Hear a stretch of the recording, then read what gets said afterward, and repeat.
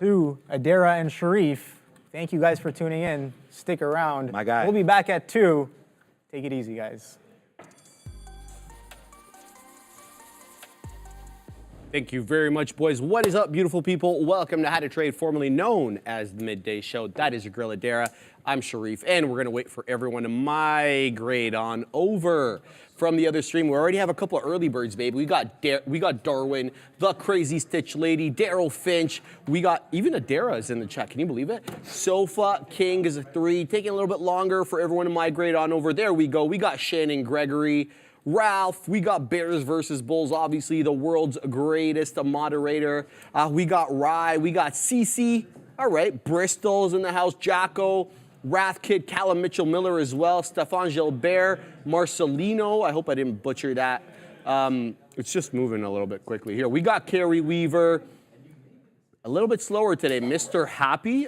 Are people migrating on over or what's going on? We got Priyaz, Tori, Hello World, Tim Snyder. We got people coming in, but I don't think people are being sent in as quickly as we usually get them. All right, there we go. There we go. Now a little bit more people coming in. We got David, Sharab, Mr. Longshorts, David Worrell, Zippy Zane, Pitchbull, Charlie, Ponzi, Fonzie, Carrie Weaver, The One, Joseph, Justin. Wow, that's moving real quick here. We got Melissa, Sailor Moon. We got Lolo as well, M. Allen. We got everybody in the house. Glenn Smith as well, Chris B, Andrew. Okay, it's just moving too fast now. Now I can't keep up. All right, Adara, good morning. How are you? Good morning. I am fabulous. How are you today? I can't complain. How's everything going? Yeah, things are going well. I'm just trying to bamboozle my way into an NVIDIA trade. Shout out to Sharif there. This is super rangy in my opinion. We have the 732 to just below VWAP.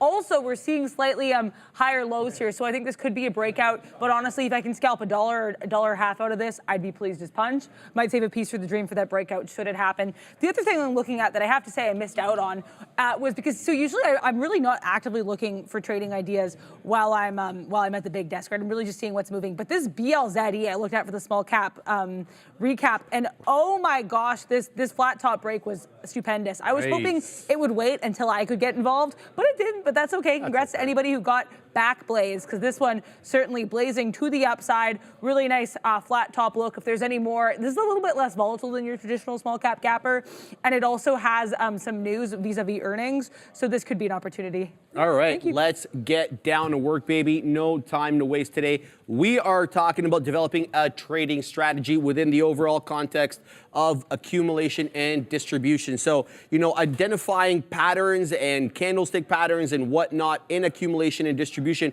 very valuable, but it's just one piece of the puzzle.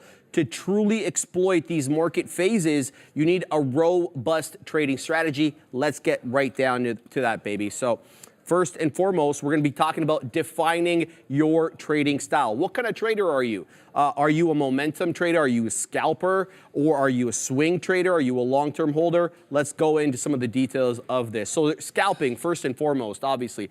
This is basically, think about quick wins, small profits. You aim to capture fleeting price movements using accumulation and distribution for early and entry signals. We talked a lot about that earlier this week. It's basically ideal for fast-paced traders who enjoy short, intense bursts of activity, but it requires a very sharp focus, it requires a hell of a lot of discipline and quick decision-making skills. So if you don't have that, this might not be the one for you, but you're in luck, there's more.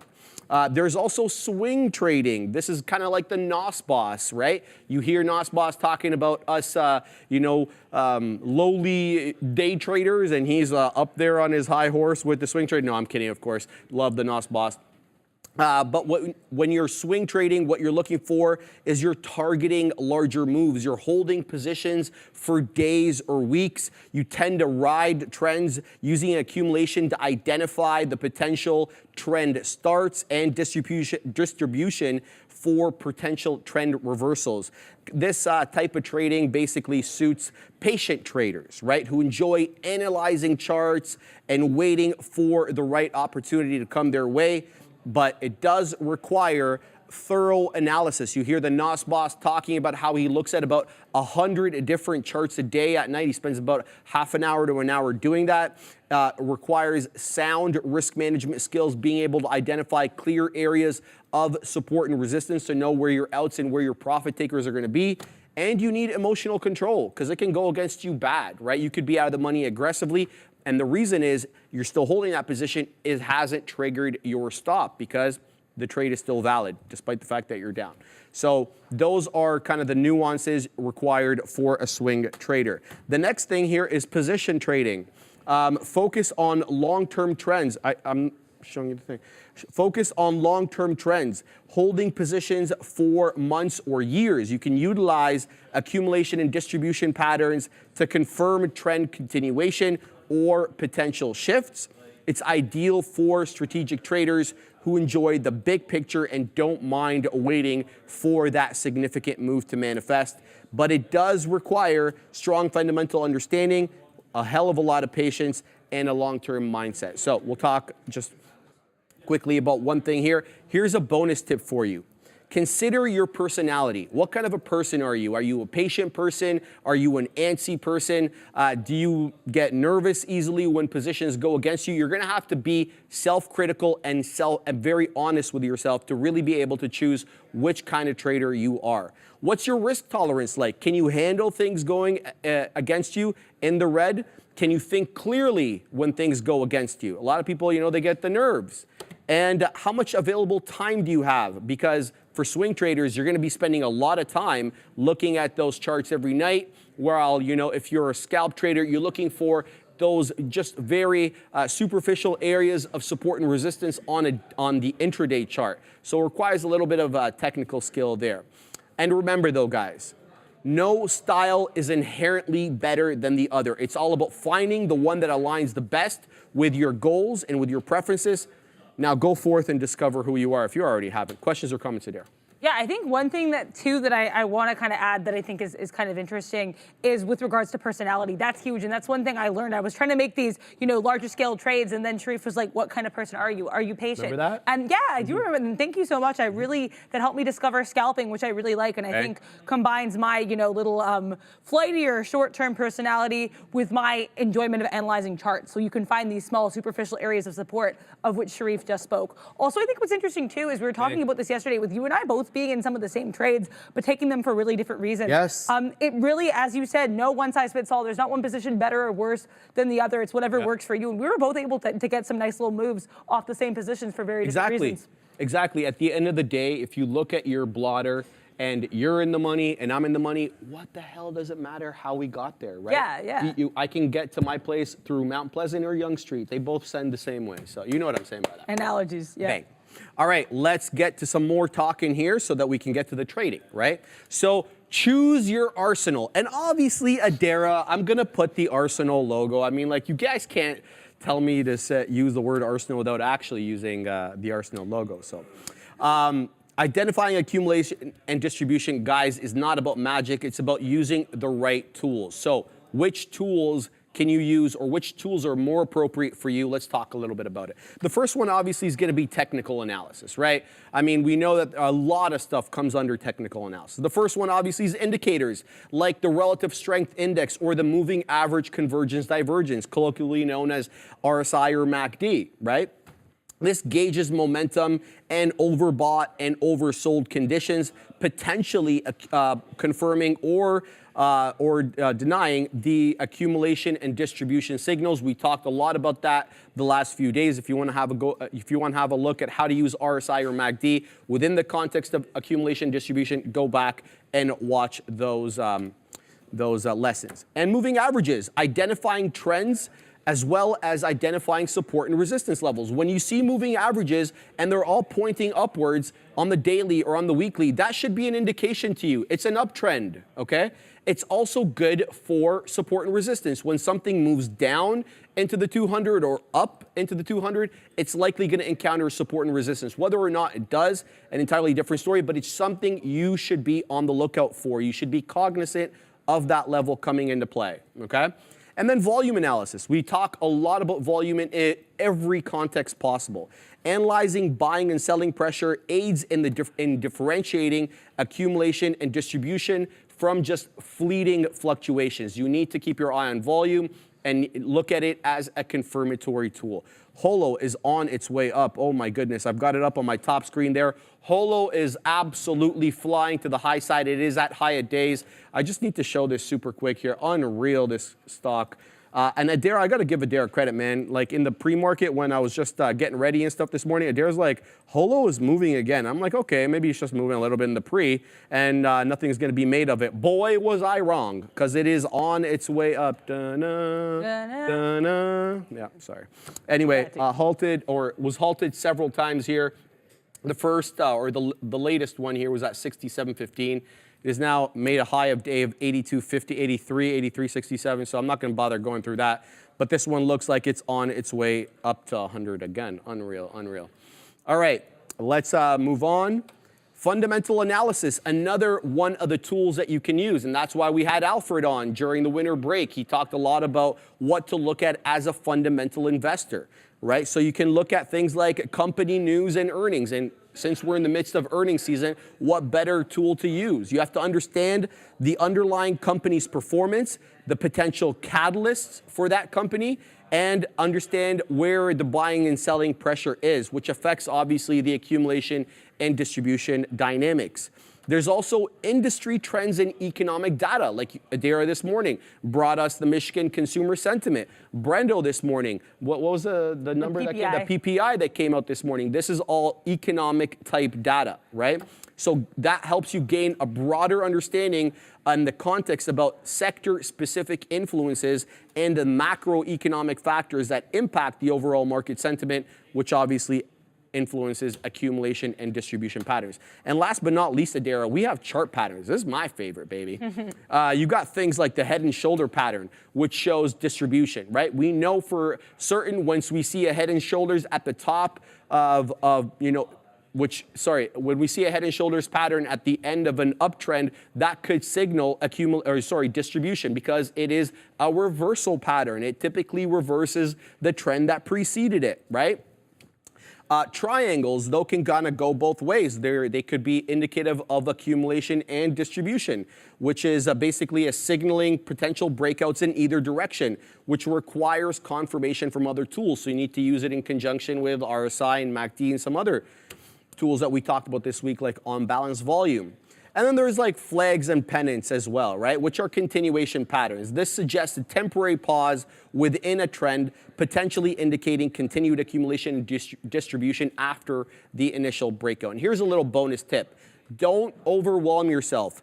Choose a few trusted tools and master them before adding more complexity. You heard Obi this morning talk about sticking to his guns with respect to how his trading style is. And I couldn't agree more with the one, the Canob. I think that you have to actually take the tools that you've practiced on, perfect them before you just jump around looking for other things to kind of help change your style. And remember, guys, these tools are not crystal balls. They provide insights, not guarantees. Combine them with each other, consider the overall market context, use them to build your confluence agreement between different indicators, obviously, for informed trading decisions. Adara, questions or comments? Yeah, and I think one thing too is what I want to add as well, as you said, like use have your thing you rely on. And what I like too is I know when you trade the futures, you're going to be looking sometimes at different stuff than you're going to be looking at if you're trading your small caps. Yep, or absolutely. I know with small caps, you have some specific patterns you look for sometimes,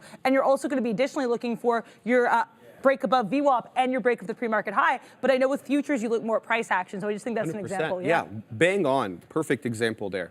All right, let's move on here to building your entry and exit rules. All right, so everybody knows you have to have an entry, you have to have an exit, you have to have stops, but everybody has different preconditions upon which they base that trade. So we're going to talk about some of the possibilities here. So first of all, your entry rules. You need to define your clear criteria for your entry. It can't be willy-nilly. It can't be like, oh, I feel great about Tesla today, I'm punching long. No, there has to be some standard criteria here. So use specific technical indicators. price action signals, and accumulation and distribution confirmation, like the RSI, for example, below 30 or above 70. And don't chase, guys, right? Wait for your defined conditions to be met before entering. Avoiding impulsive trades based on emotions or FOMO. I can't stress this enough, guys. I mean, it's one of the things that traders do the most. Traders, whether swing or day, FOMO, and incorporating emotions where there is no room for emotions in that particular context. A lot easier said than done, but you need to hear it, all right? And combine signals, right? Don't rely on one indicator alone. Look for confluence between multiple signals for stronger entry confirmation. Those are your entry rules. Let's talk about some exit rules, though. Some profit targets, right? You got to wet your beak. Otherwise, what are we doing this whole thing for? Set realistic take profit levels based on, based on your strategy and risk tolerance. Example, like yesterday, we gave an example of a fixed percentage of profit or a trailing stop loss. Also, stop loss orders, you got to use them. Goes without saying, always have a stop loss to limit potential losses, especially when using accumulation and distribution signals for trend continuations. And then last but not least, adapt to the context in which you're trading, guys. Consider the news events, changing market sentiment, and the potential trend shifts when adjusting your exit strategy. Keep those in mind, they're very important. Here's a little bonus tip, though. Backtest your entry and exit rules based on historical data. And shout out to Trade Ideas right there. Scan that QR code for 20% off. They allow backtesting on their platform as far back as 3 months, and I think they're looking to do it a bit more. So if you're looking to backtest, Trade Ideas definitely will help you do that. And remember, disciplined entry and exit are the cornerstones of successful trading. Don't be afraid to adjust your rules as you learn more and gain more experience. By mastering these concepts, Adara, you gain the control you needed to capitalize on the accumulation and distribution theory. Yeah, and I think one thing too, I have a couple things I want to say on this. So for one, I know Obi was shouting this out earlier with Neil saying sometimes you have to miss the trade to make the trade. Bang. So basically being patient. I think, you know, with regards to not chasing, I think that's something Neil says very well. So I did want to give him a shout out to that. And also shout out to Obi for mentioning that earlier today as well. Also, with regards to exit, just like a little bit of food for thought from my perspective is, as someone who I know I talk about scalpulating a lot, and for me that is about accumulation and distribution. If I have a plan in mind, but I'm watching the tape and things might go awry, I'll adjust my plan. And I think I appreciate that you have that on there in the notes as well. Like, be ready to make a move if you have to. Yes, especially when you're new too, right? Like, you don't know exactly what kind of trader you're going to be after a few months. I mean, I still am learning what kind of trader I am, and I've been doing this a while. So yeah, absolutely, absolutely. Let me just look here. All right, guys. Now, we got to also consider the market context. Very important as well. What is the overall trend of the market, right? Are we trading against the trend, or are we going with the trend? So in 2022, there were times obviously in 2022 where the longs were working, but I mean, just go look at the futures chart or any Mag 7 chart. In 2022, we had a lot of lower highs and lower lows. So it was tough sometimes for the longs during that period or during that year. So we need to analyze the overall trend of the market. Accumulation, obviously a lot more likely in an uptrend, while distribution, you guessed it, more likely in a downtrend. Adapt your trading strategy and risk management according to the overall trend. And keep your eye, unless you're the NOS boss and you're a chartered market technician, and these fundamental aspects don't matter to you, keep your eye on the news and on the trends. Major events can trigger temporary disruptions in accumulation and distribution patterns. Be prepared to adjust your trading approach. Like a very simple point here was the disruptions in the Red Sea. We thought we would have more impact on oil, right? We thought, oil will be hitting 80, 90 because, well, disruptions in the Middle East, this, that, and the other. There's also the Tesla issue. Remember, they couldn't get as many China-made parts or China-made cars to Europe. Like a lot of the Model Ys and the Model 3s that are made at the Shanghai facility are actually sold in Europe, believe it or not. And then they couldn't get that ship through the Red Sea and through the Suez Canal. It had to go around the Horn of Africa, and that cost a lot more in shipping, a lot more delays, which obviously had negative pressure on Tesla. So being understanding of these macroeconomic economic events can help, shed some light on what to expect from the stock that day, but it's always technicals, especially if you're day trading and you're swing trading, but it is good to be aware of these. Questions or comments, Adira? Yeah, no, I think one thing as well with technicals, I know we were talking about this earlier. I'm going to do another shout out to Obi because he was really bringing this up.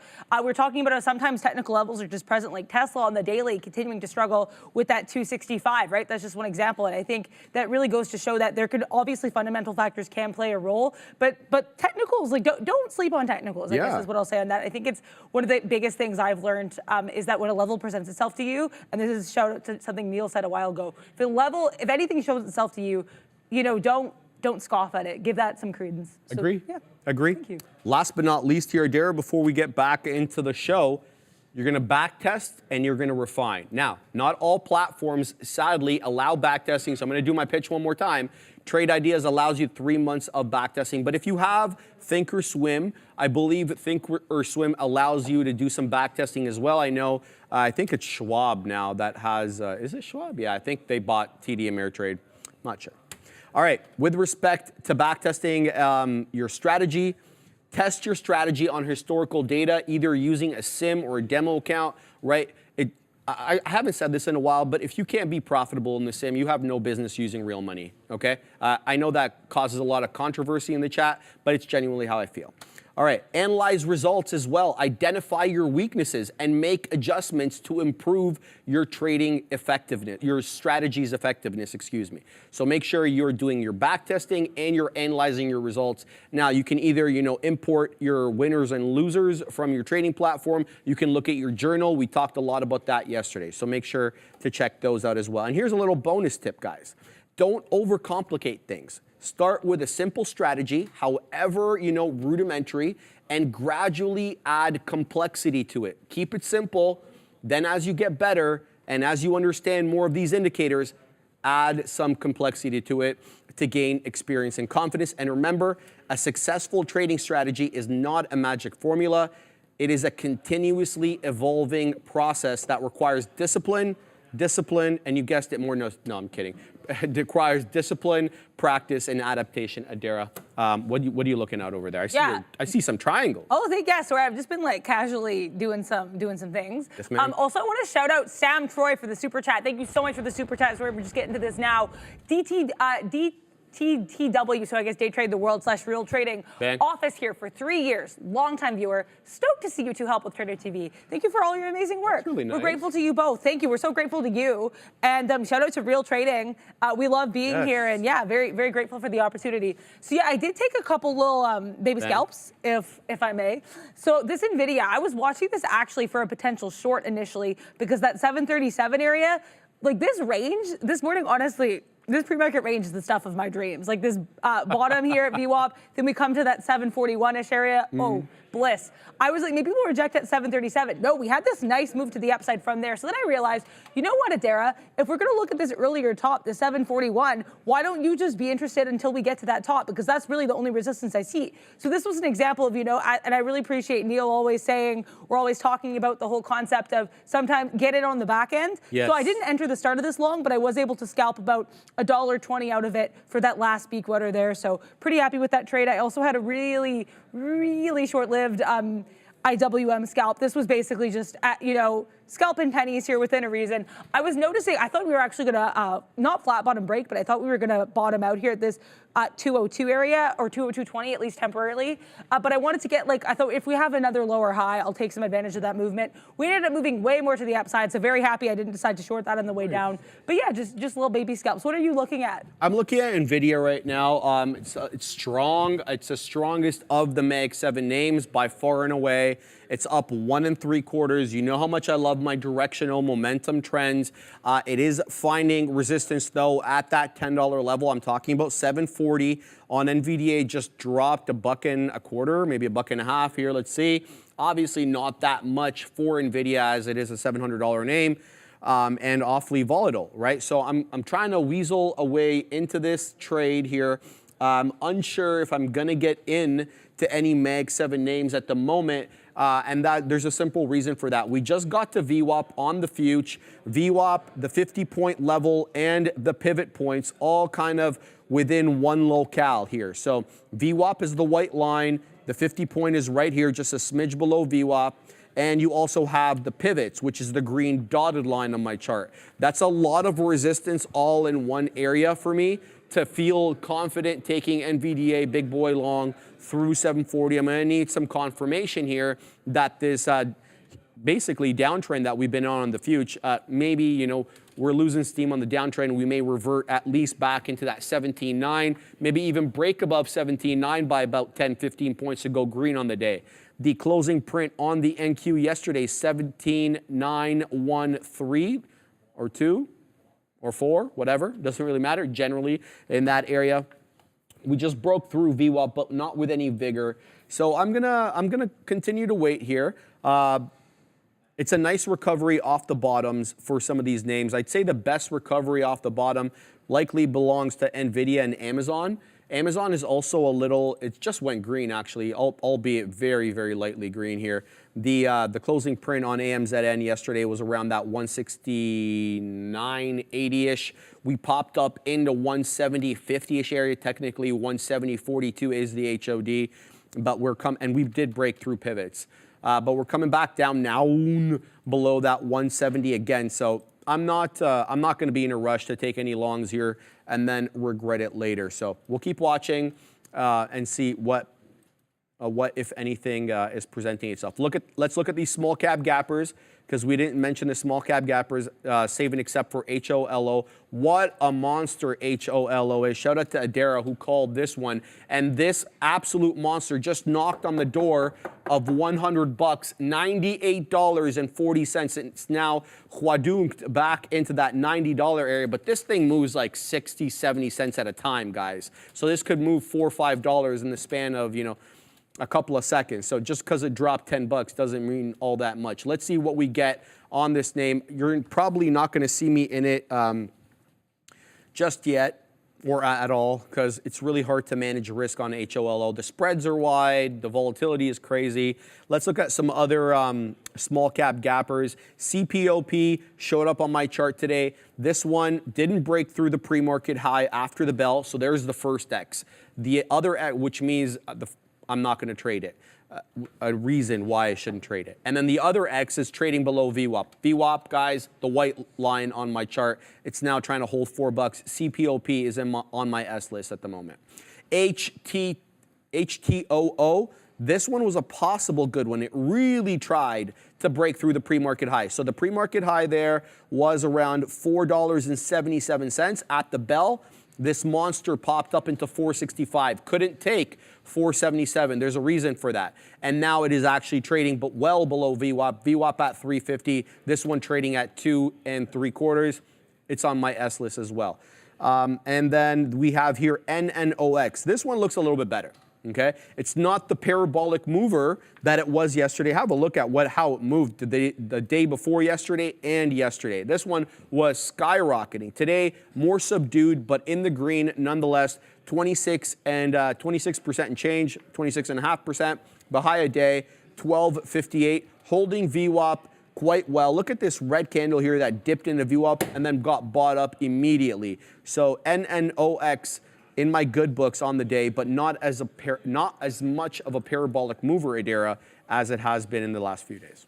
Yeah, no, there's so many good small caps this whole week. And, you know, I know Obi earlier was mentioning as well, like Holo, and I know you've been saying this for the last couple of days too. Holo really kicking off that big move to the upside for all of them. And I was shocked too when I saw it was moving up today on lighter volume, but I guess Holo heard that and was like, oh, you think I did light volume, Adara? How dare you? And then decided to ratchet it up. Did it get upset? I guess it did. I mean, clearly it got like a little bit defiant because you and I were like, oh, light volume. And Holo was like, excuse me? Excuse me? But yeah, nice move for there too. Shoon Moon, thanking you for checking out NNOX. So thought I would shout that out. Bang. Also, Hampton's Trader talking about NVIDIA, 15-minute candles. Look at candle forming, thinking short if it closes red.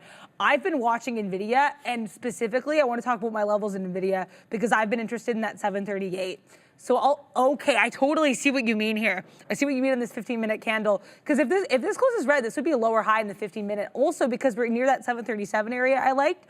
Right now, though, at least, you know, in terms of looking at the book, which is something I'm trying to work on lately, that 738 hold, you can get 738 to 738.50 pretty quickly. I might try scalping that range right now, but I want to see a couple more tests of that. But I do see what you mean on the wider term.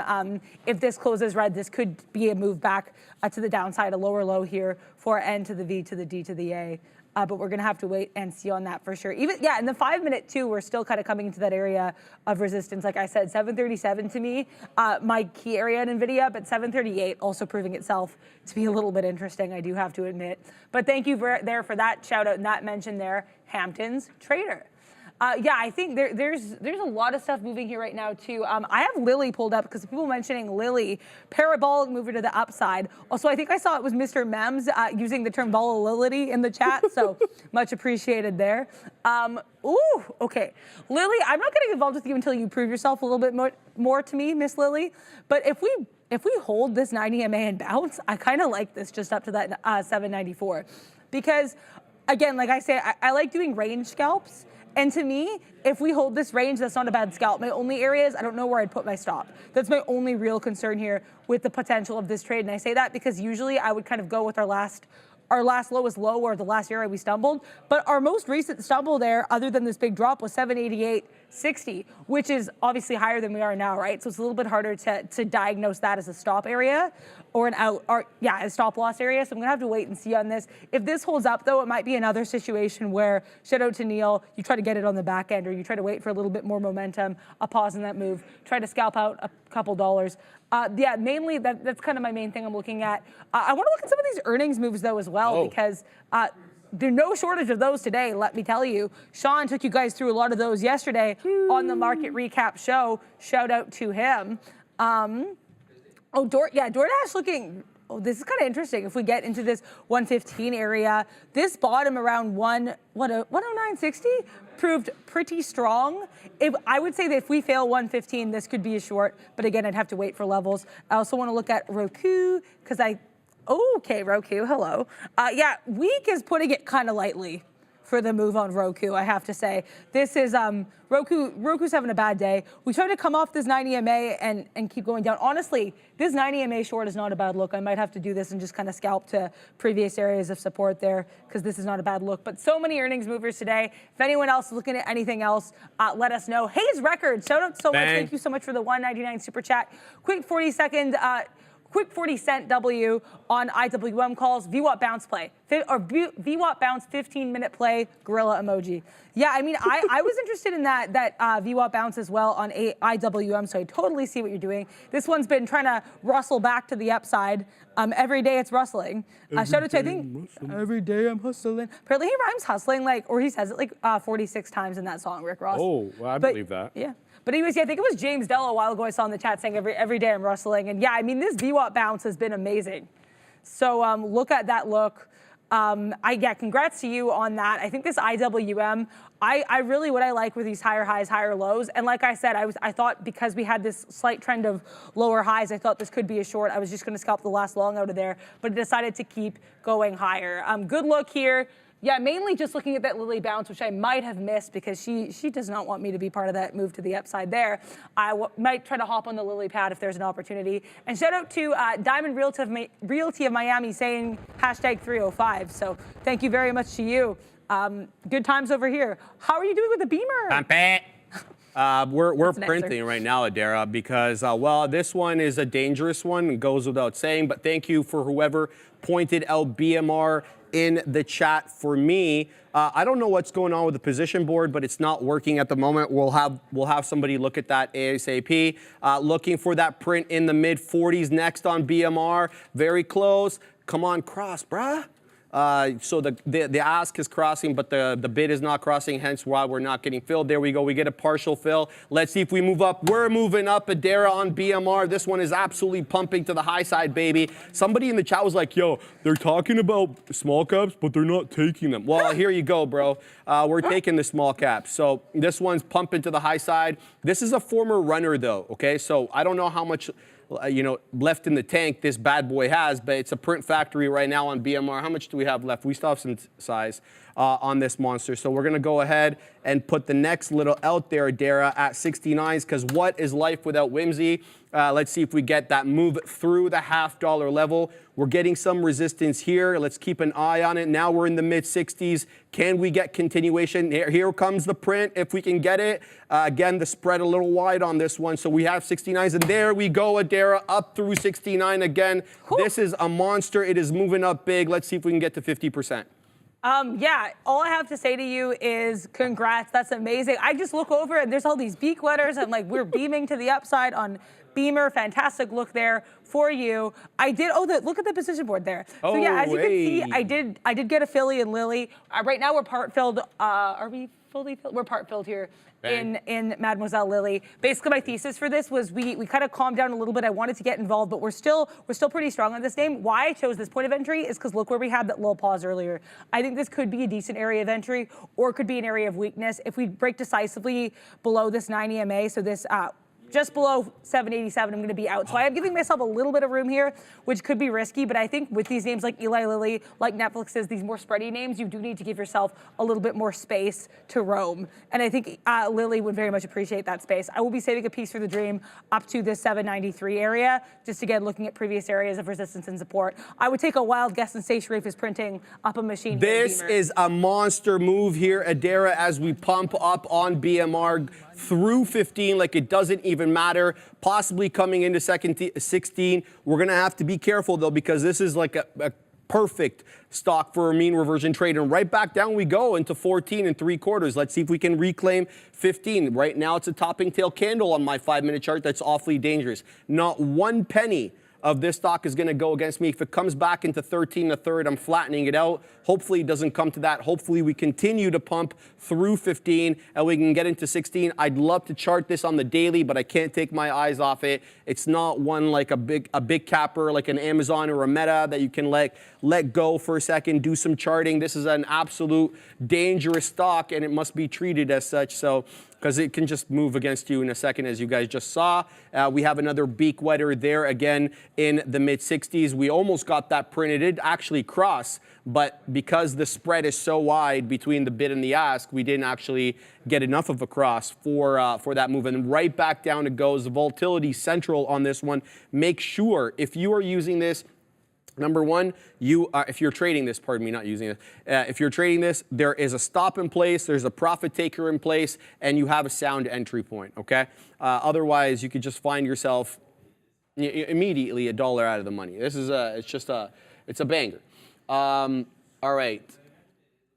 Oh, there's a super chat about Beamer if you want to read it, because I feel like I should let you read it. Okay. Oh, I can read it if BMR, you want. no ceiling, my friends. We are chilling. Shout out my man Mac Jones. I hope you absolutely print on BMR, Mac Jones. I know the small cappers are loved in the chat because, well, they're more volatile, right? They're volatile. They're sometimes a little bit cheaper than these multi-$100 monster cap names, mega cap names, we're joking, of course, that are on the NASDAQ. But, those ones are a bit more safer to trade, and that's why I like those ones a bit more. But that side to small caps, that always pulls me in. This one, absolutely a monster. I like this trade. All right. Scott H says BMR is going to squeeze like you. I got it. Honest Abe. Shout out to you, Honest Abe. And shout out to Mac Jones, obviously. We got Pitchbull. LOL, I'm all out. So Pitchbull's printing on that. And it looks like I'm going to be all out soon, too, if this breaks 14 and it's on its way down again into 14. Dangerous one this is. Paulie D, man, I'm glad Sharif gets animated. LOL, makes the show so much better. All right. We'll leave that. Yeah, everybody's got their own personality there. Paulie D, shout out to him. We got Coin Clockin, ATH, all-time high, and BMR is 34.94. Thank you very much on that, brother. That was really what I was looking for, though. I wanted to see where the key levels of resistance are, but that's obviously a resistance level there, all-time highs, goes without saying. So pumped as I don't know. Please I'm not as good as you. I was going to say mustard? Pumped as something. Pumped as, I don't know. What's another P where I can use pumped as? Pumped as. Please this punch. So PP, right? Yeah. And then pumped as, you know what I'm Pumped as poppy seed? I don't know. That's kind of a weird one. I'll come up with a better one if I can. But. All right, I'm going to get out of this trade. Derek's tanking right now. It looks like it's about to break. Go congrats to you. That's a really good look. Eli Lilly, not too much shaken. A little bit out of the money here. But like I said, I am giving this one a little bit more room. As long as we don't break that kind of EMA level, just shy of 787.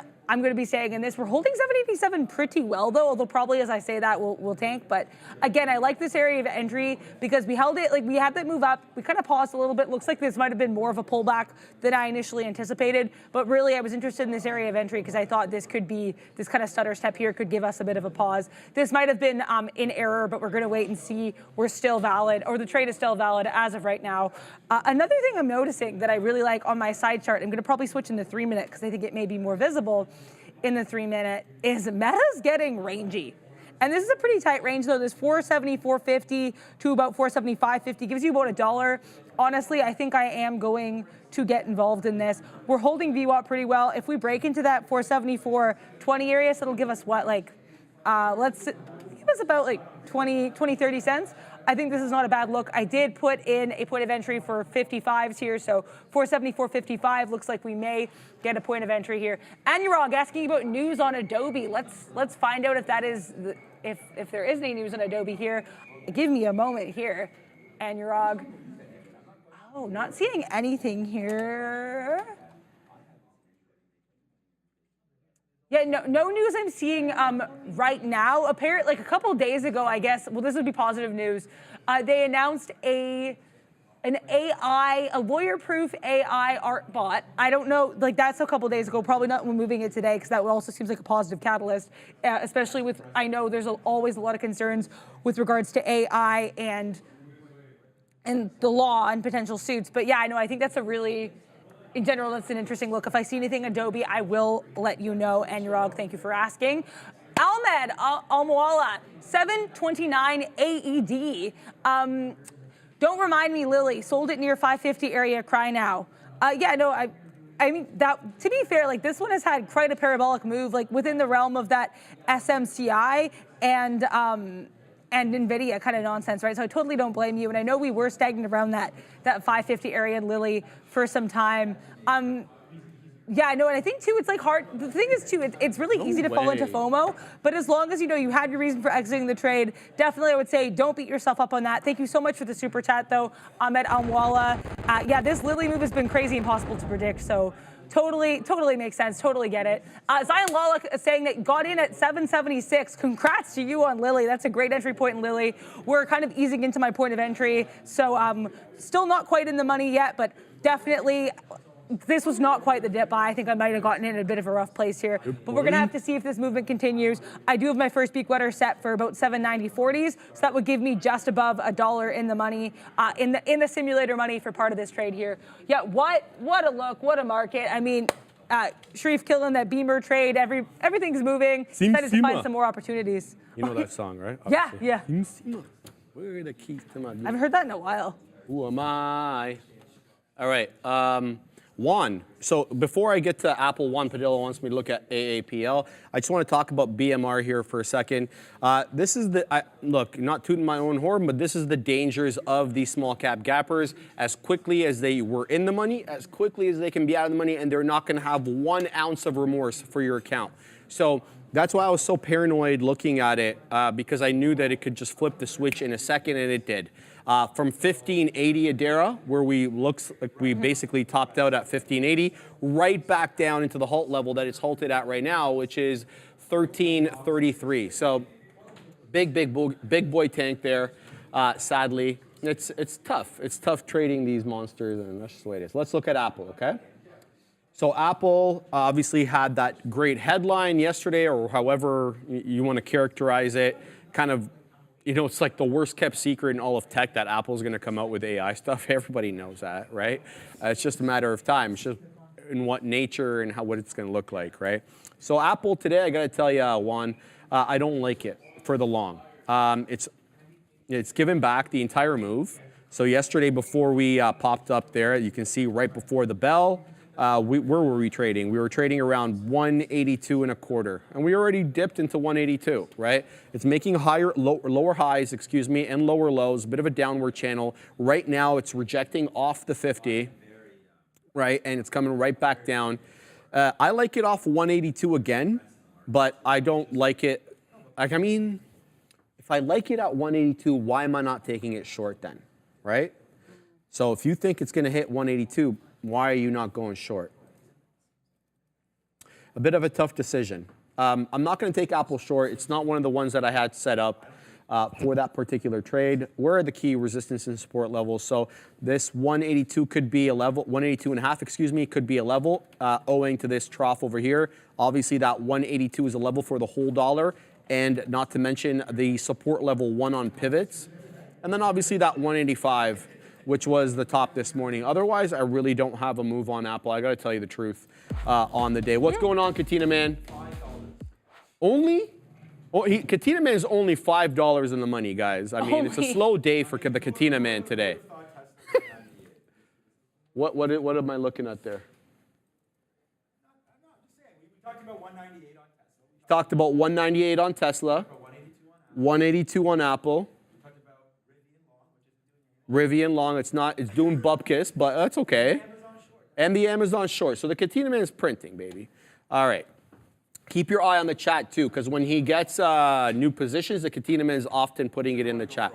He's going to go for a walk right now, though. All right, BMR is open, guys. Here we go again. The madness, round 2 of the madness. Now down, down, yeah, below 14. Still up, though, about 33% or so. This one looks like it is holding the halt level for now, but for how long? In case you're wondering what I'm talking about, holding the halt level, when these things halt umpteen amount of times, I sometimes use the halt levels as key areas of support and resistance. And if there's too many of them, I won't chart them. But if there's a few, then I will. And I'll be cognizant of them because sometimes it'll come or it'll dip down into that previous halt level, and then you'll see it bounce right back up. And sometimes if you're not fast enough or you don't have a resting order at that particular price, sometimes you'll miss it. So right back above 14, here we go, Adara. This bad boy may want to make its way back up into 1580. It held VWAP, though. So even though it did hold down to 13 1/3, it did stay above VWAP, which on my chart is around that 12 3/4, give or take. A few pennies. Now back into the mid 40% territory. BMR not giving up the ghost today, and I don't see anything new for BMR, except I have something on the 15th, which came in late yesterday. BMR Imaging announces closing a public offering and full exercise of underwriter's option to purchase additional shares. That is typical when a small cap gapper or a penny stock becomes, a little bit more pricey. They have an offering, obviously, to raise money at that higher price. That is very typical of the small cap gappers, Adair. So nothing for me to talk about at this moment, sadly. I don't like anything in Mag 7 world at the moment. I was definitely looking at NVIDIA 740, but not at the moment. So we'll continue to look at some other ones. Oh, before I send it to Adara, NNOX just popped up big. Is it halted? NNOX, no, I don't believe it is, but it just popped up big here. Am I crazy, or is this thing frozen? Yeah, okay, so it is up big. It popped up into 1298. Let me put this on the side over here, NNOX. Come on, bro, you can do it. Yeah, popped up into 1298. Now it's at 12 2/3, but it's making higher highs and higher lows. This is the one we were looking at before we started looking at BMR. This one is trading above VWAP. The pre-market high was an easy feat to overcome. It was that 10.50 level, $10.50. It broke that a long time ago. This one's a lot more stable than BMR. It seems like it's a lot more stable. But that's just on the day. Look at the parabolic nature that it had the previous 2 days, that V-shaped recovery yesterday after that big pop up into almost 15, 14 3/4. And look at the day prior. It moved in the aftermarket there at around 5 o'clock, just bull flagged from, where was it? It was like 6.5, 6 1/4, shot up into 13 Adair. What are you looking at? Yeah, I mean, I'm still in this Lily, which looks like it's finally moving to the upside, so please just punch about that. Someone in the chat was saying, I think it might have been Short Smeller, I want to say, saying that we could say pumped as a potbelly pig, which I kind of like. That's fantastic. I think that's a really fun one. Yeah, very good. So shout out to you. I hope I named the right person there. But yeah, Lily just chilling. She's chilly, so we're gonna let that cook, let that stew there for a moment.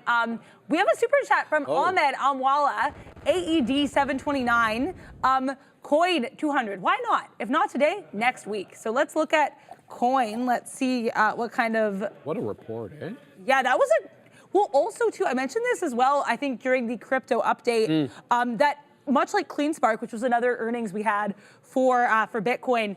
related stocks. Coin killed it. CleanSmart killed it. Like they're crushing it. Someone else in the chat too was mentioning, I believe, that Coin looked a little bit like it was seeing a bit of a top of that 192.50 area. I was kind of cognizant of this as well. If there's a potential short in here, I might get involved. But like I said, the volatility in these crypto adjacent names does terrify me just a skosh because they are even though this one has a catalyst, they're always going to be reacting a little bit to what Bitcoin's doing. But the technicals on this to me do look pretty solid with this 192.50. Let me see though about that Coin 200 for you, Ahmed. Because I know Coin has been really strong lately, and this earnings could give it a nice little push in addition to the overall Bitcoin area. Ooh, okay, so this could be a bit of a decision point for Coinbase. We're approaching a double top. We sort of broke above this double top around this 185 area. I would like to see a solid close above 190, like where we kind of are right now, because that would make a slightly higher top. But yeah, I think really the fact that we already kind of eclipsed this top could be a good look. Again, this is not advice, this is just my take on the chart. Understood. But I do think the fact that we're kind of in this double top area means that I would feel probably more confident about a possible 200 should we have a decisively higher close today. That would be my look at Coin to the base. Let's see what other people are saying this here as well. Curtis Conqueror is saying that's why I say that volatility. Yeah, okay, that makes sense there for sure. Oh yeah, but who's going to short Coin right now? Yeah, that's what you said. Okay, that makes sense. Yeah, totally get that, Curtis the Conqueror, and that's why honestly I would be very, it's a really cool name. I'd be very cognizant and cautious about shorting it. I just kind of like the look of the chart, but I totally get it. The volatility on this one is insane. A lot of people mentioning Tesla, and I haven't really given much of a thought to the Cybertruck. So model, why not? I like this bounce. I really like this bounce at 201.50 because we kind of came to this area here. We shot up, then we come back down, chop and turn around here for a little bit at 9:30, right at the open, fall with the swiftness, and then recover and have this bounce. I clearly missed this bounce here, but the fact that it's confluencing with that 9 EMA bounce, we had this bounce up earlier. If we get another dip play off 201.50, I'm going to be interested. Also, I've been interested in kind of range playing this meta short to the downside.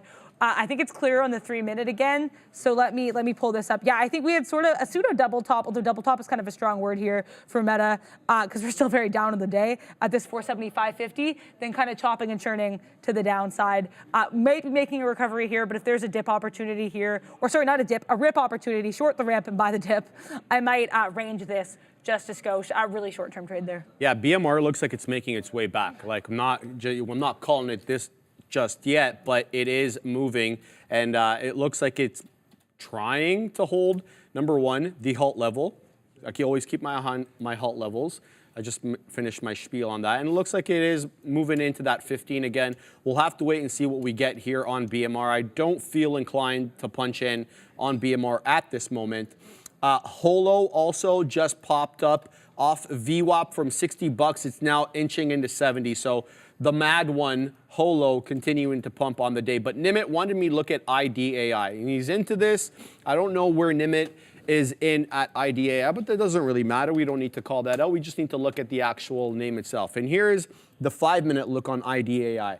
And right away, obviously, I don't like it because of the immediate retracement. It goes to 250, and then this is like what they should have in the dictionary for the word huadunk. It's so algo driven. You could tell the algos pushed it up and then immediately sold it off once they trapped some people. And that's very frustrating. I mean, because, yeah, anyway. It looks like it's trying to make its way back up here, Nimit, though. Just broke through VWAP at 182. The volume, though, on IDAI, let me find out a little bit here. Where the hell did it go? There it is. So the thing is, though, it's a dollar stock. It's done 1.16 million shares. Even the volume is not picking up. In the last 5 minutes, we've only done about 33,000 shares. Let's look at the 10-minute look here on IDAI, see if we can chart anything. So no. Have we ever even been up here? Pull this bad boy up. Okay. So when was the last time we were at that 250? Oh, surprise, surprise. We were exactly at 250 before, back on September 18th. Above that 250 level, we have to really look at 350, and that takes us all the way back into October 18th.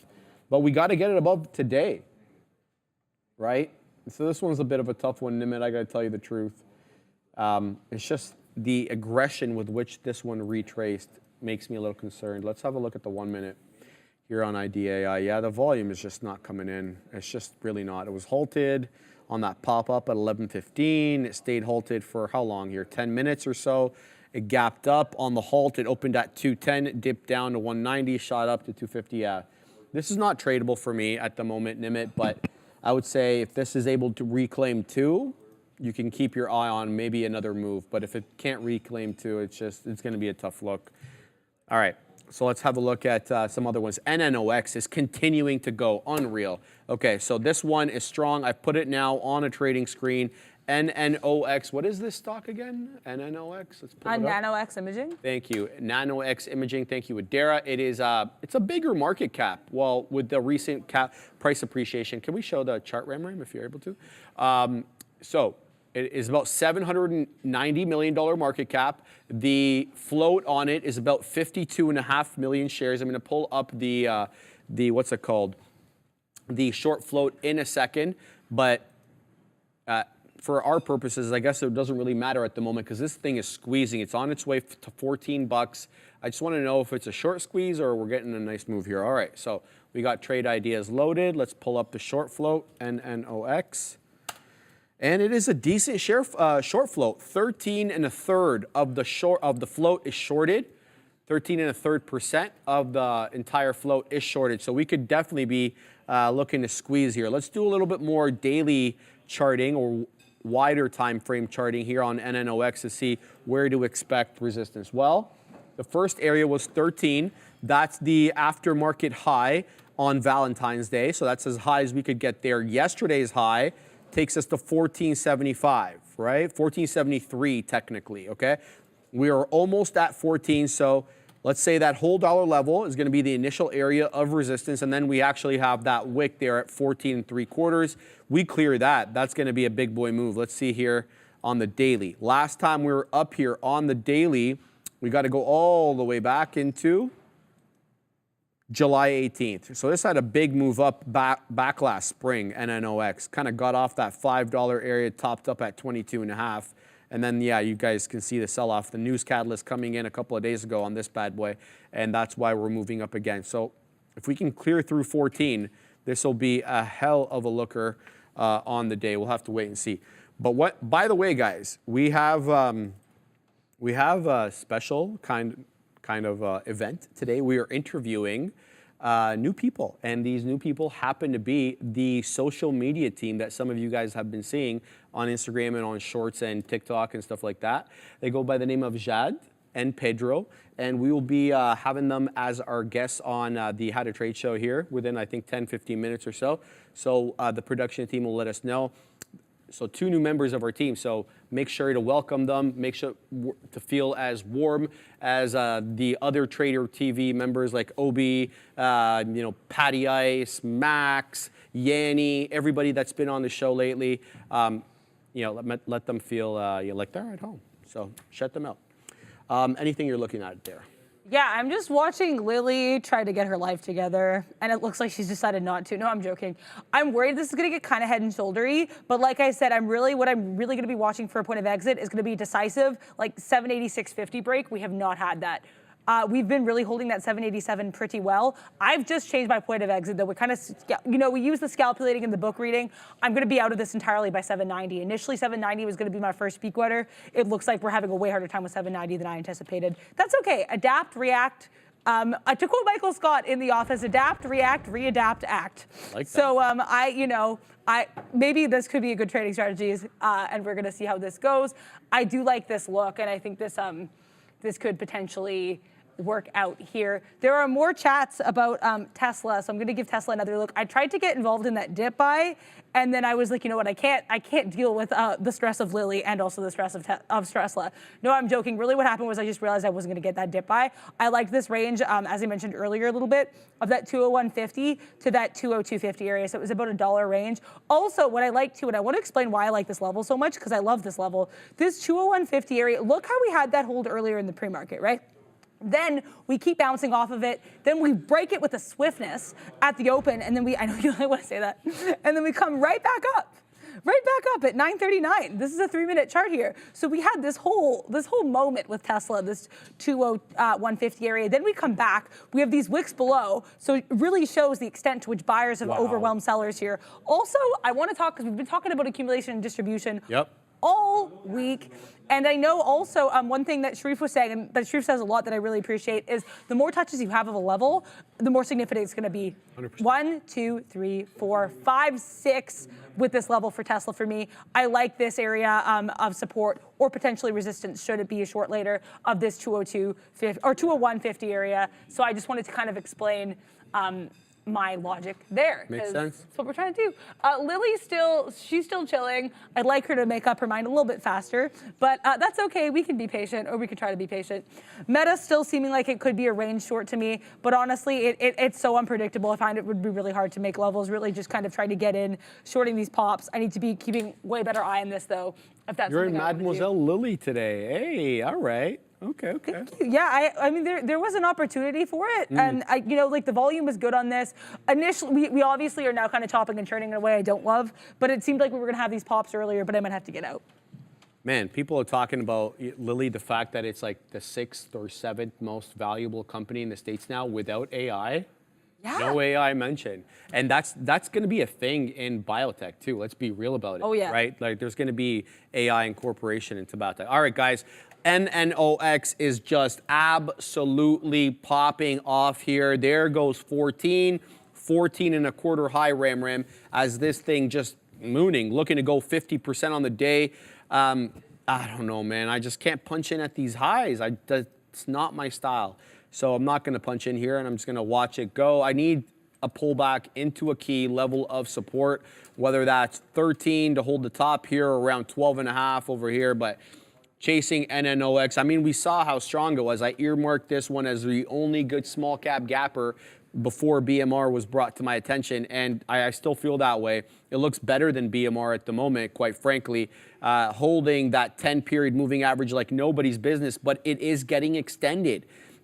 So when I look at these small cap gappers, and that's one thing I really haven't talked about lately, is how far extended away from the 10 and from VWAP the small cap gapper gets. And here's a perfect case in point. Look at it hugging the 10 period essentially all morning, right? The 10 period is the green line on my chart. So it holds it. I mean, it's making good moves, right? But it's holding it. Now look how far away we are moving from the 10 period. So this worries me a little bit that we are extended like this. Now, it could absolutely go. I'm not saying that it's a hard and fast rule that you always have to be near the 10 period, but when it does get a little bit far removed and extended from that level, I am a little weary of punching in on these small cap gappers. So we'll continue to watch NNOX, excuse me. It is, I would say, one of the best small cap gappers, if not the best small cap gapper on the day. Nothing for me in mega cap world, man. I got to tell you. It looks like Tesla's continuing to go, though. Tesla looks awfully good here relative to the others. You have NVIDIA still below 740. The Katina Man's printing on that Tesla to, what was it again, 198? Was it 197.50, guys. He's long. He's just made 203.17 HOD at the moment, right? And there's more room to move. Look at the pre-market high there, around 205 and a quarter, 205 and a half. So there is room to move up here on TSLA. I like this one the best of the Mag 7 names, no question about it. You have Amazon, which was decent. Now it's become consolidative all of a sudden, trying to hold 170 as a low. This might be down your alley. Have you seen this? Oh, this actually would be very down my alley. So I got really excited there. I'm going to have to give Amazon a visit there. So Amazon's doing a bit of a cup and handle kind of look over here where there you go. There's the roundy bottom. Shout out to the NOS boss who, again, today said he buys round smiley faces. And then you get that cup, the handle, right, of the cup. So this one looks like it's cup and handling on the 5-minute right now. AMZN on the day. This might be an interesting look here, even though it looks consolidative at the moment. It is doing that cup and handle pattern. Yeah, nothing else for me here. Let's look at the future. 17.9 coming into play here on the futures as we recover from that almost 17.7 touch. To go green on the day, we got to break through 17.910 to go, and we're not that far away from it right now. Let's see what we do here at 17.9, awfully close to that 100-point level, Adara. Yeah, so I'm in the new trade right now is this meta short.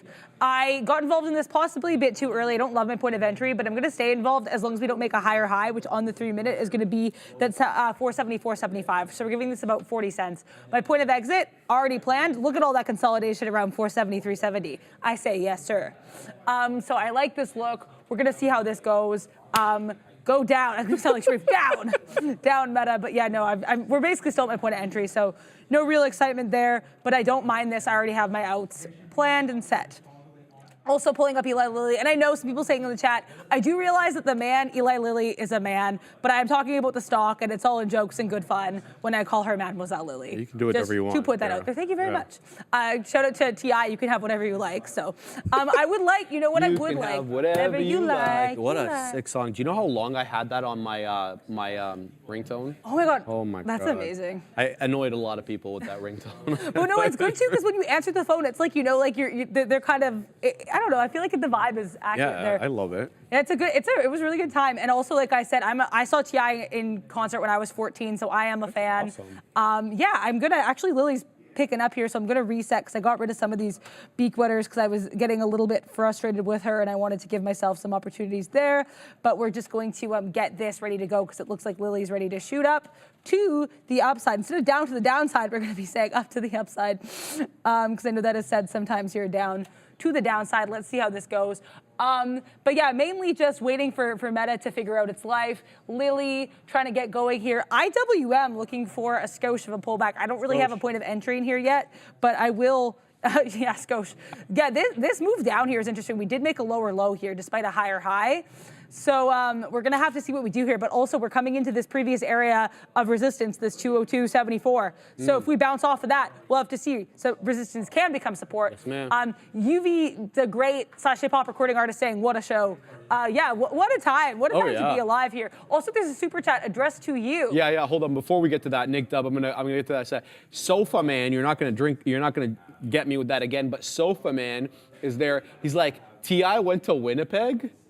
Yeah. Right? I'm sure that a lot of people go to Winnipeg. Yeah, he played a smaller venue though, which was interesting, but he did come and it was a good time. All right. Shout out to Big Nick Dub. Thank you very much, my friend, for this super chat, $5 super chat. He says, hey, Sharif, could you look at MGNI, sell-side advertiser opposed to TDD in the same space? Going into earnings, I have a lot of swing calls. Shout out to you, Nick Dub. Let's have a look at the, what's it called again? MGNI. Let's pull that up over here. Let's bring in the side charts, and we'll have a look. By the way, I set up a dip trade on NNOX at 13.05. I'd be very pleased if this one holds up, but right now, look at these bottoming tail candles. That's just showing you buyers are aggressive as hell on this name, so I might not even see 13.05, but if that comes, it comes. It doesn't, it doesn't. All right, let's look at this, MGNI. All right, so first and foremost, let's look at some of the details, market cap, etc. So 1.4 billion market cap. Float is 121 million. What's the PE on this monster?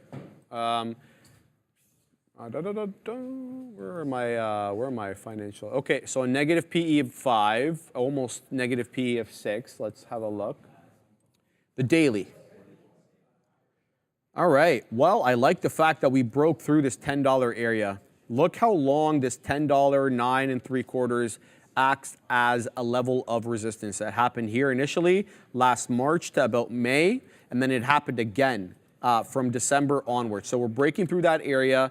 That is really nice. Now, where do we find the level of resistance, the first level of resistance? So gonna have to scour. There's really not much here in terms of close resistance levels.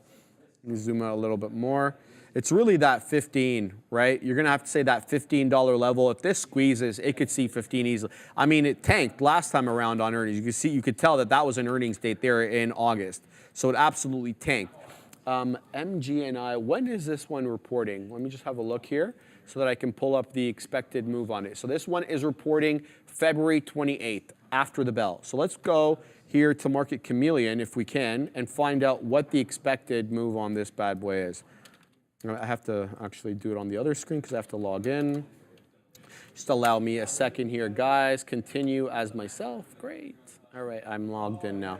Let's pull out Market Chameleon. So we go earnings, calendar, and then it's the 28th, you said. Oh, I can't go farther than this. That sucks. I just did log in. What the hell? Okay. Let's see over here. Where is it? Where is it? No. Okay, so I can't go anything farther than the 16th. So sorry about that, but I just want to see what the expected move was on MGNI.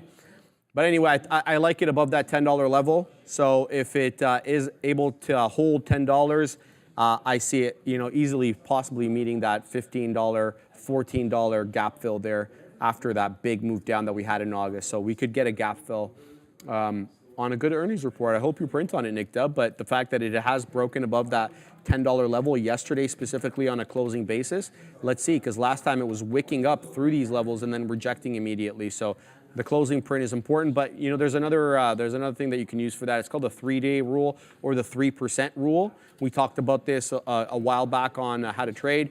Look for something to close above a key resistance level for 3 straight days, or to close 3% beyond that resistance level. You can employ one or the other, but yeah, unless, we'll see. We'll see how this does. Keep me updated, but not a bad look. All right, back to NNOX. I'm still sitting here at around 13, looking to get a dip trade. I'm not chasing this, but it is now accumulating at this level over here and making lower highs with a bit of a flat bottom at around 13.5. We'll see if this one comes into play. Now, if I do get here, if I do get filled at 13, this will be a really interesting. I'm going to have to give this $1 worth of room. Okay, because the next support level is about $1 below. You could say maybe that 1260 area, but to me, I'm going to need to give this around $1. And VWAP is also at 1180, so I think it makes a bit more sense if I give this about $1 worth of room. It's a really volatile stock on the day, but that's assuming it comes down into 13 right now. It doesn't look like it wants to. All right, let's get to some other tags here. Kanye East, that T.I. song when he says, all right, I'm not reading that out loud, but that is funny. Yeah. M. Allen, LOL. All right, I'm not reading any of these out loud, but they are all funny. Shout out to you, MOL. What else we got over here? We got Honest Abe. All right, $5 super chat. It's been fun watching Adara LePage grow as a trader. Keep it up. And Sharif, great stuff as usual. And thanks for the Young Sheldon recommendation. Oh, my pleasure. The new season is starting, I think, like any day now. So I'm kind of pumped about that. Season 6 or 7? I forget which one it is. Nick Dubb. All right, Nick is looking at the $15 price target. Shout out to you, Nick. I hope you print. Kevin Mendoza. I'm bullish on big oil stocks and nat gas. Well, and what a great time to be bullish on nat gas. I don't know if it can get any lower, right? I mean, we are at historical lows here on nat gas. Where the hell are we today on nat gas? Well, it's up about 2% today, but it's been a shellacking lately. I mean, I think it's really the warm winter here that is holding things. All right, before I send it back to Adara, it looks like I'm not going to get that NNOX dip as it is back into high days again. It looks like it's going to be that 15 pop, and it's going to go without me here, Adara.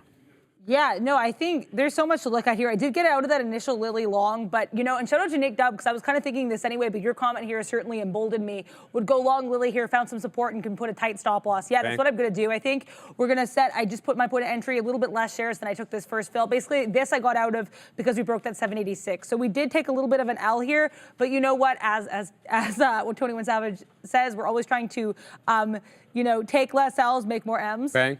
So we're going to see if this comes to fruition. I'm trying to get in 786.25. If we have, again, another decisive 786 break, I'm going to be out. But this is definitely a better point of entry than my first attempt at this. Again, the logic here, we had it. It's just, it wasn't meant to be. It wasn't in the stars. But you just got to brush that dirt off your shoulders, get back up. To quote Obi, where's the next trade? Yep. Also, still in the meta long, or meta short, sorry, nothing to report here. If we make a new high of that 470, 470, I'm saying outie, but we've tried this a couple times and we cannot break it. So this could be nice. My initial point of the exit was going to be this lower low of this 473.70 doesn't look like we're going to get that. So I switched my point of exit here to be around this 474 area. Please just punch should we get it, but we're going to wait and see. Tesla also, this is, another example of, oh my gosh, what's the word I'm looking for? Risk management, not always going to be glamorous, but very important. I've been waxing poetic about my love of this 201.50-ish area on Tesla. It broke. We took about a 30-penny loss on that. That's the Tesla long. Really, the meta short, though, starting to look dicey, but we haven't necessarily gotten out of my area of interest yet. Trying to wait patiently for a Philly on Lilly. Not too much to report, just kind of in those two trades, or trying to get into that second trade, mind you. NVIDIA also continuing to range in a way I enjoy at the 737, so this might be another opportunity for me as well. How's Ninox? It's good. I mean, it's at highs, Adara. I can't punch in here. This is just not my style to punch in at highs. I need a dip trade. I've left that $13 dip trade. I've left it active here, but if it rejects off this level, I may not want it, because then this may be the makings of a double top, especially if we break that neckline at around 13 1/3, give or take. I don't know. I don't like chasing these. It's going to have to come into a level that I like. Otherwise, I'll just forego the entire trade on it.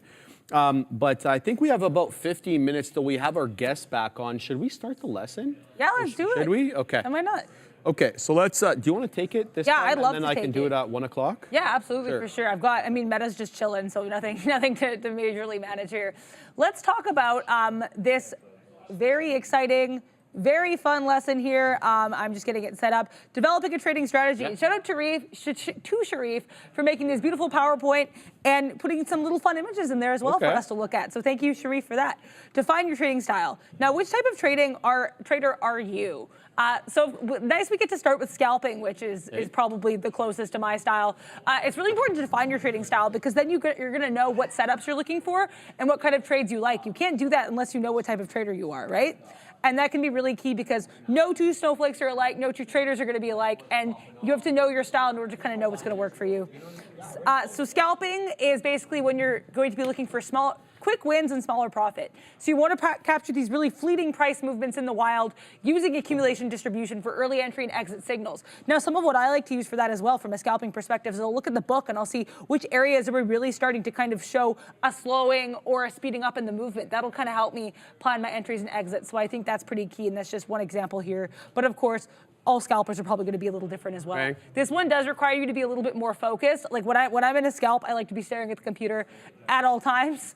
And you do kind of have to have really quick decision making for sure. Now, swing trading. Shout out to the NOS boss, Mr. Michael NOS. This one's going to look for larger moves, and you're going to be holding position for days and weeks. And as Sharif was saying here earlier too, Michael NOS is always talking about how he's going to be looking at charts all day and all night. This is bread and butter. He needs to know so that he can really understand how they're moving and then be prepared for action. Swing trading is very much based on preparation. You want to be able to look at potential trend starts and potential trend reversals. So the smiley face and the roundy face are really key examples of reversals. The smiley and the frowny face are key examples of reversals that Michael NOS is going to be talking about fairly frequently. It also is really good for patient traders who are going to like analyzing charts, as we mentioned, and just waiting for the right opportunities, but you need to be really good at analysis, risk management, and be able to control your emotions here. Position trading is really important. So this is going to be a bit longer term. This is for people who are looking for long-term trends. You're going to be probably holding that position for months or years. And you're going to be looking at A and D patterns to confirm trend continuation or potential shifts. So some of the stuff I was looking at as well in my notes is really about how important it is if you are if you're going to be more of a position trader, or if you're going to be using A and D, to be able to look and see potential reversion or potential moving up. So if we see the A and D continuing to move up while we're in an uptrend, that's a good sign. If we're still moving up and the A and D is lagging a little bit, hey, maybe this will be a reversal opportunity, So I think that's just one example of how you can use your A and D for your trading, specifically for the position trading, because you're gonna be in that a little bit longer. So longer term accumulation and distribution might be of interest for you. This is gonna require a fundamental understanding. Shout out to Sharif's pal, Alfred, on the bat phone, who did make some cameos on the show talking about fundamental trading. trading. This also requires patience and a long-term mindset because you're going to be there for a while. Yeah, we're giving props to Alfred over there. I think Sean pressed that button there. Awesome. And also, it's important to remember your personality, your risk tolerance, and how much time you have when choosing your style. You should be able to experiment a little bit and find what works best for you. And I think that's one thing that I found, but also what I found with regards to that is you have to keep in mind what your inherent personality is, because that might actually impact your style. Shout out to Sharif for really mentioning that to me, and that helped me pivot my style to scalping, which I feel a lot more comfortable in there. Choose your Arsenal. And shout out to Sharif's favorite football team, maybe perhaps Arsenal. Look at all pleases punch there.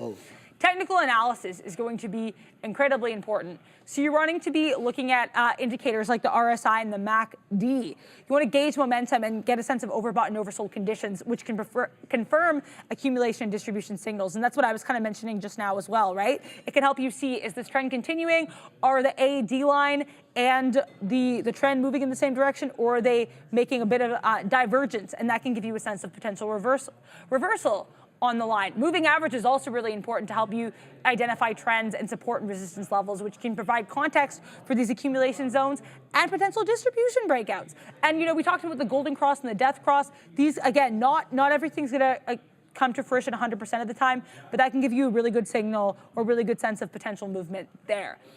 Also good at looking at volume analysis. So this can give you, Sharif gave a really thorough look at volume with regards to, it's important for all elements of trading, but especially accumulation and distribution. So we can get a sense of if there's strong buying or strong selling at certain levels to get a sense of the trend and how buyers and sellers are really feeling about certain areas. Also, fundamental analysis really key. Shout out once again, these little two behind there. There we go. Fundamental analysis, really key. Shout out again to Alfred here. You want to look at company news and earnings so you can understand the underlying performance and potential catalysts for buying and sell pressure. Because even in addition to the earnings report, sometimes companies will announce things at earnings that can impact especially if you're looking at longer term goals. So, for example, I want to talk about we had those earnings from DoorDash talking about a share buyback. We also had some earnings from DraftKings, both of those last night. DraftKings mentioning their acquisition of Jackpocket, right? So these are both things that could impact your longer term views of these companies. So it's really good to know and keep an eye on. Industry trends and economic data. I mean, cough, cough, the semiconductor strength lately, right? I think that's a really key example of how sometimes your fundamental analysis might include what's going on in the sector and what's just happening in general, and that can help impact your trading plans. Also give you a sense of accumulation and distribution in terms of how much interest is there in this sector in addition to any individual stocks there. Let's also talk about chart patterns. Head and shoulders can suggest distribution. We had some build off, now we're potentially pulling back. There could be a reversal on the horizon. Triangles also can suggest both accumulation and distribution because they can signal potential breakouts in either direction. And you might also, though, want confirmation from other tools and context. As is usual, you don't want to just go with things low. You really want the general strength there instead of just relying on one pattern. Don't go chasing waterfalls. Make sure you have lots of confirmation. Flags and pennants can also suggest continuation. And they'll suggest continuation again, as the word continuation suggests, whatever direction we were normally moving in, that's the direction it's going to continue in here too, right? So that is also going to be really key. Here's another tip though. Don't overwhelm yourself. Choose a couple tools you really like and then master them before adding some more complexity there. They're not going to be crystal balls. They only provide insight and they're never going to be really providing you guarantees. And you want to use them together to build confluence in the markets and have a better sense of accumulation and distribution. And now these are some things you can add to your toolkit. Build your entry and exit rules. Entry rules. So you want really clear criteria. You want to know, hey, this is why I'm getting in, this is where I'm getting in, and here's something suggesting why this makes sense for me. Maybe you want to use technical indicators, price action, or accumulation distribution confirmation. Also worth noting, one thing that Sharif said a while ago that I found really helpful is whatever you use to get you into the trade, maybe use that to get you out of the trade as well. So I think that can be really important there and something to keep an eye on. You also don't want to chase. You want to wait for the defined conditions before entering and avoiding these impulsive trades based on emotion or FOMO / fear of missing out. And you, again, like we said earlier, you really want to combine signals. Don't rely on one single signal for your point of entry or exit. You really want to have a nice tapestry of confirmation there. Oh, what am I doing here? Don't There we go. Okay, so exit rules as well. Set really realistic profit-taking levels based on your strategy and risk tolerance. Set stop loss orders as well, so always just have a limit, stop loss to limit potential losses. And then also, especially when you're using accumulation and distribution signals for trend continuations or trend reversals. Because if sometimes things will suggest divergence and we don't actually diverge, then that things might get a little bit dicey there.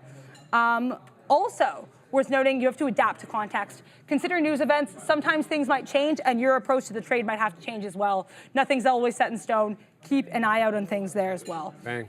Remember, too, always keep in mind, backtest your entry and exit rules. Shout out to Michael Noss, once again, getting lots of love today from us here. He was also in there this morning. Shout out to Michael Noss. Trade Ideas can have some back testing for you. I think you said up to 3 months, right? Yes. So yeah, really important.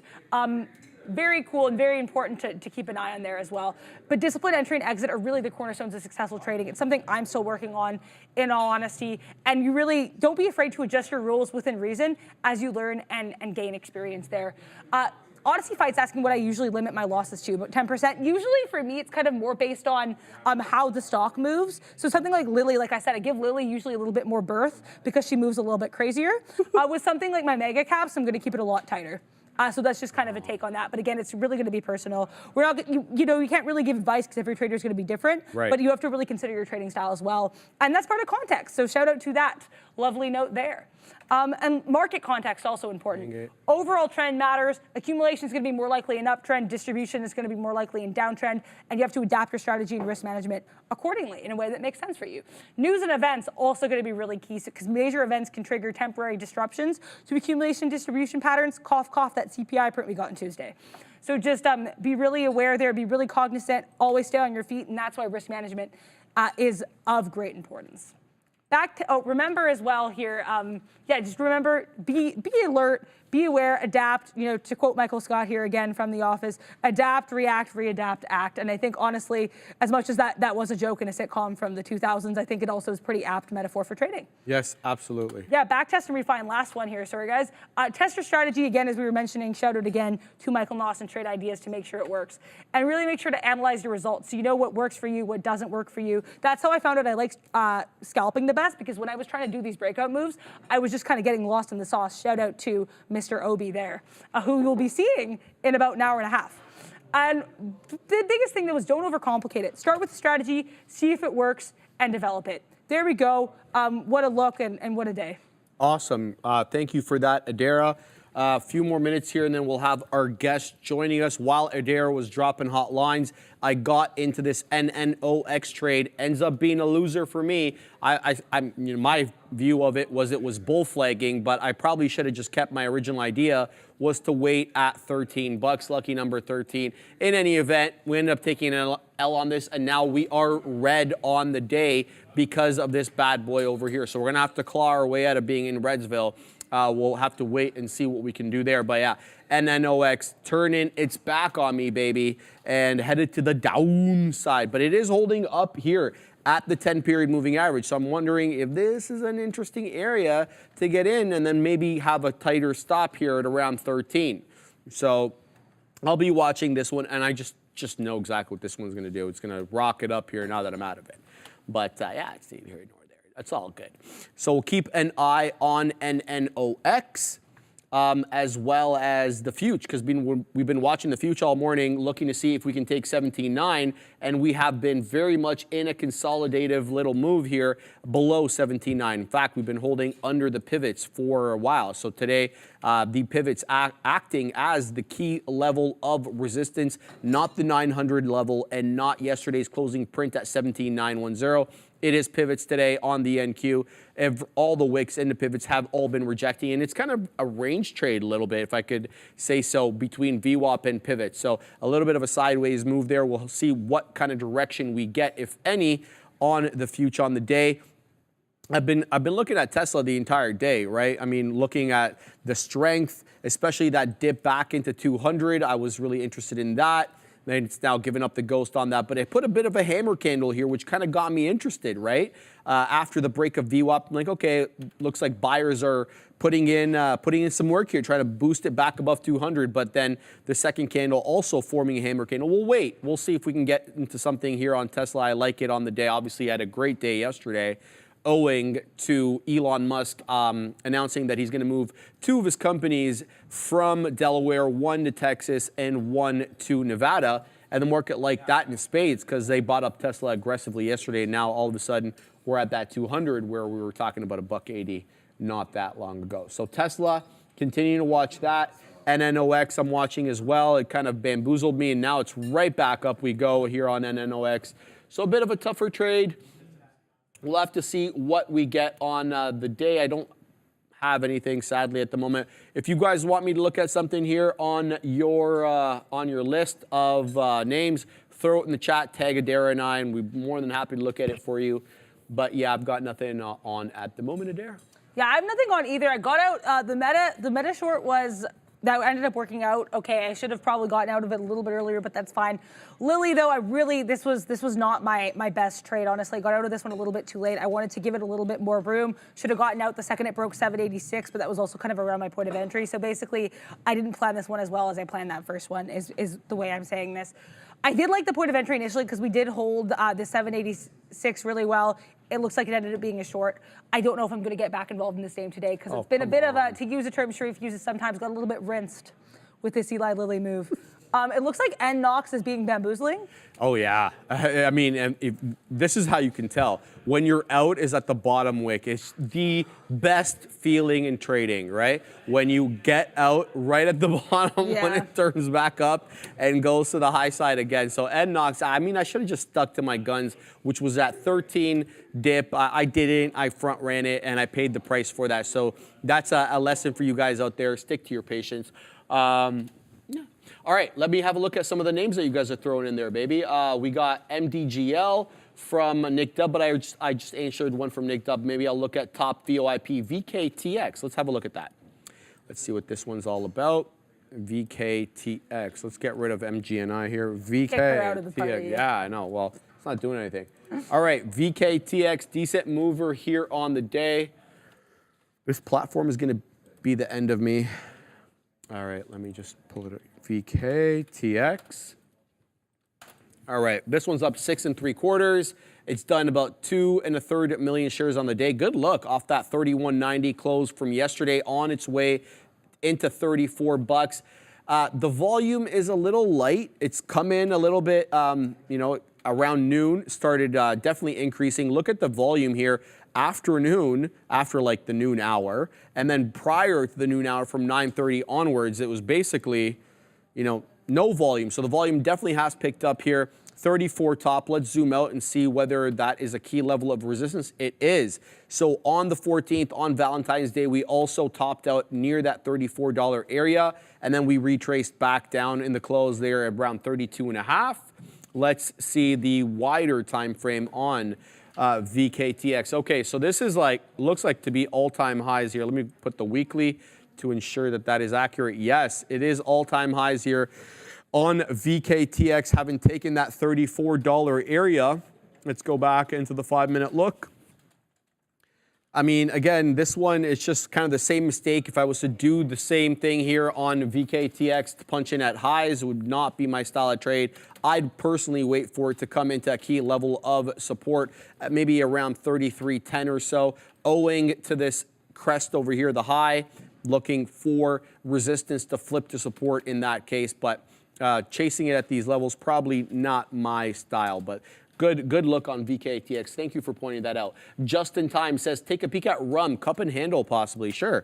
Let's have a look at Rumble. Rumble was moving nicely the last few weeks owing to Donald Trump back in the news with the primaries, this, that, and the other. It had a decent day yesterday.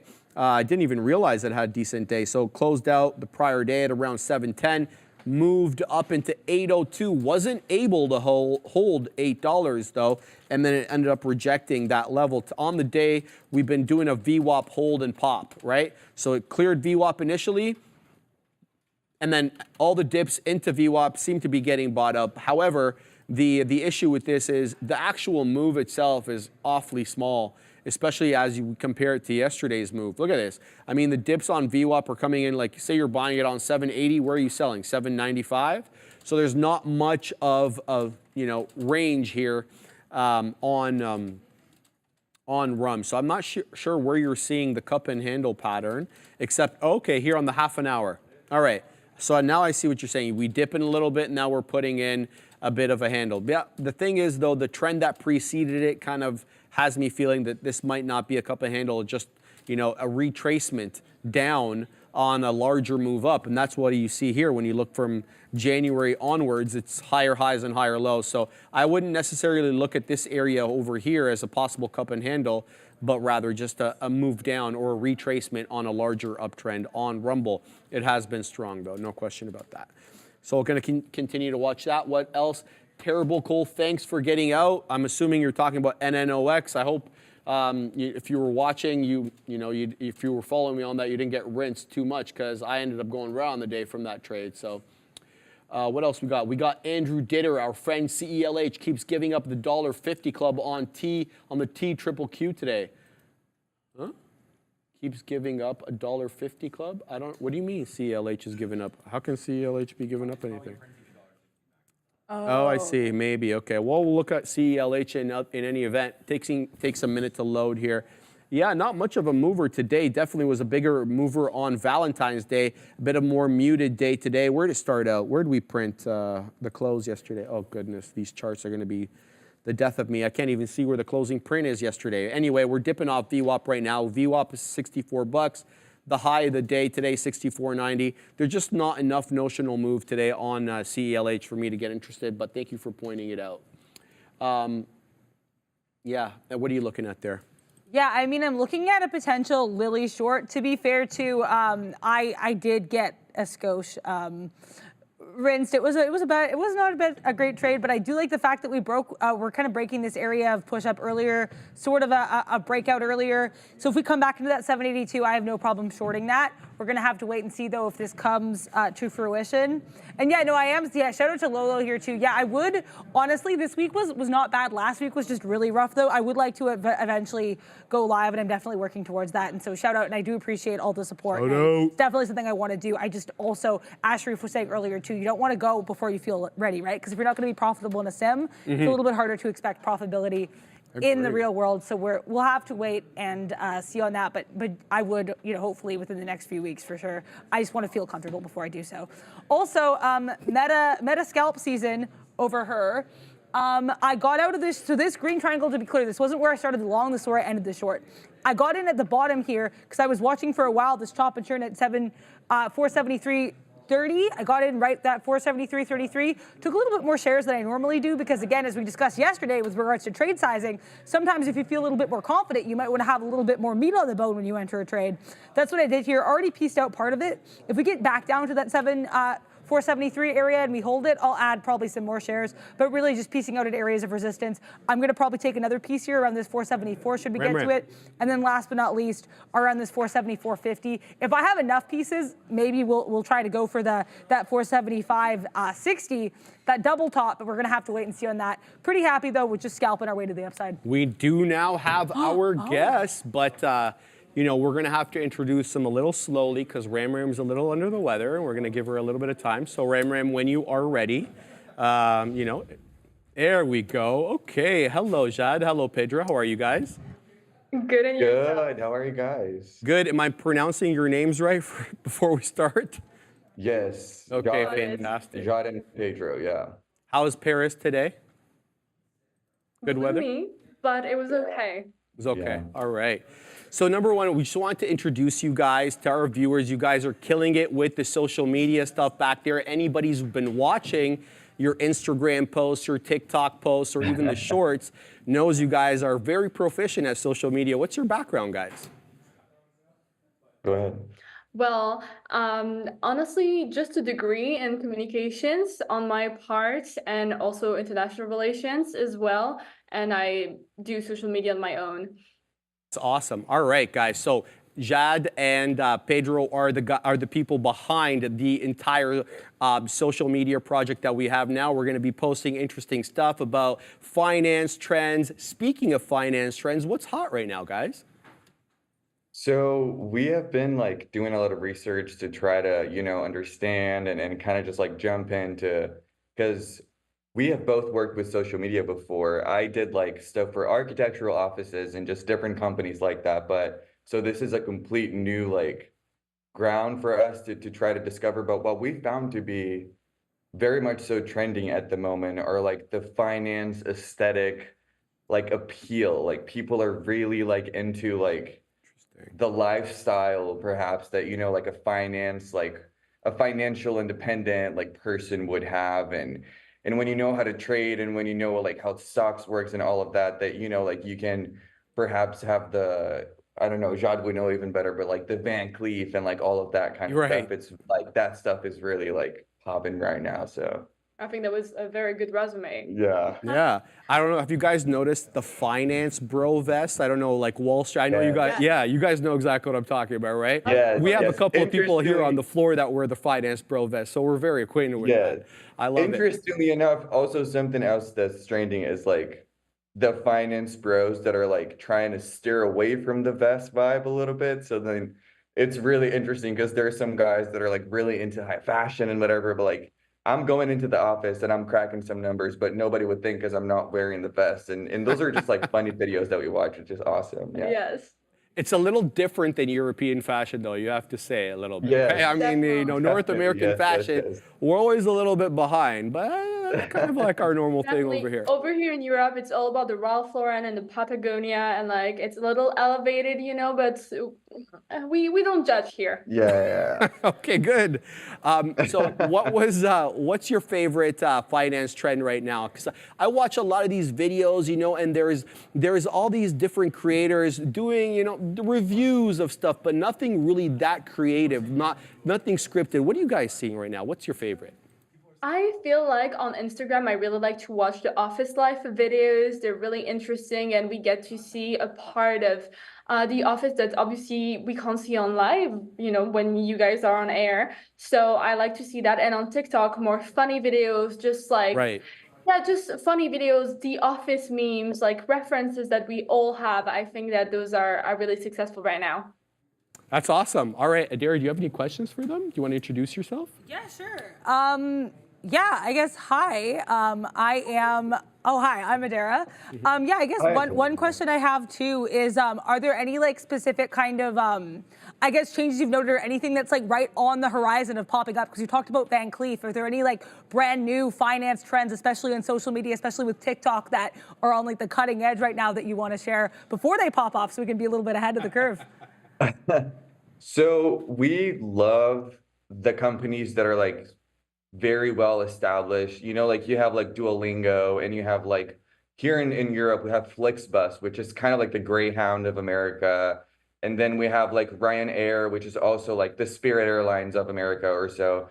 And they do an amazing job at pretty much just hopping on the trends and hopping onto like sometimes like audios from like the Real Housewives or like things like that are just extremely funny. But then to bring that into the finance world, I think that's what we're trying to do and what we're seeing be very successful at the moment. It's just like taking something that's completely out of like the finance context in our case, and then just bringing it in, just like bringing it into an aspect of humor and just like funny stuff that we can do within our environment. So I think that's for sure like what's like coming ahead even more. So yeah, very cool, very cool. Excited to see more. Really exciting stuff. Yeah. Welcome to the team.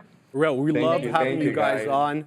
Thank you so much for coming on. We really wanted to introduce you to our audience. We have a team here, and we're so excited to have you guys as part of the team, and that's why we really wanted to introduce you. So thank you so much for coming on today, guys. And hopefully it won't be the last time we talk. We'll be talking. No, definitely not. Yes. So excited. All right, guys. Have a great one. You as well. Bye.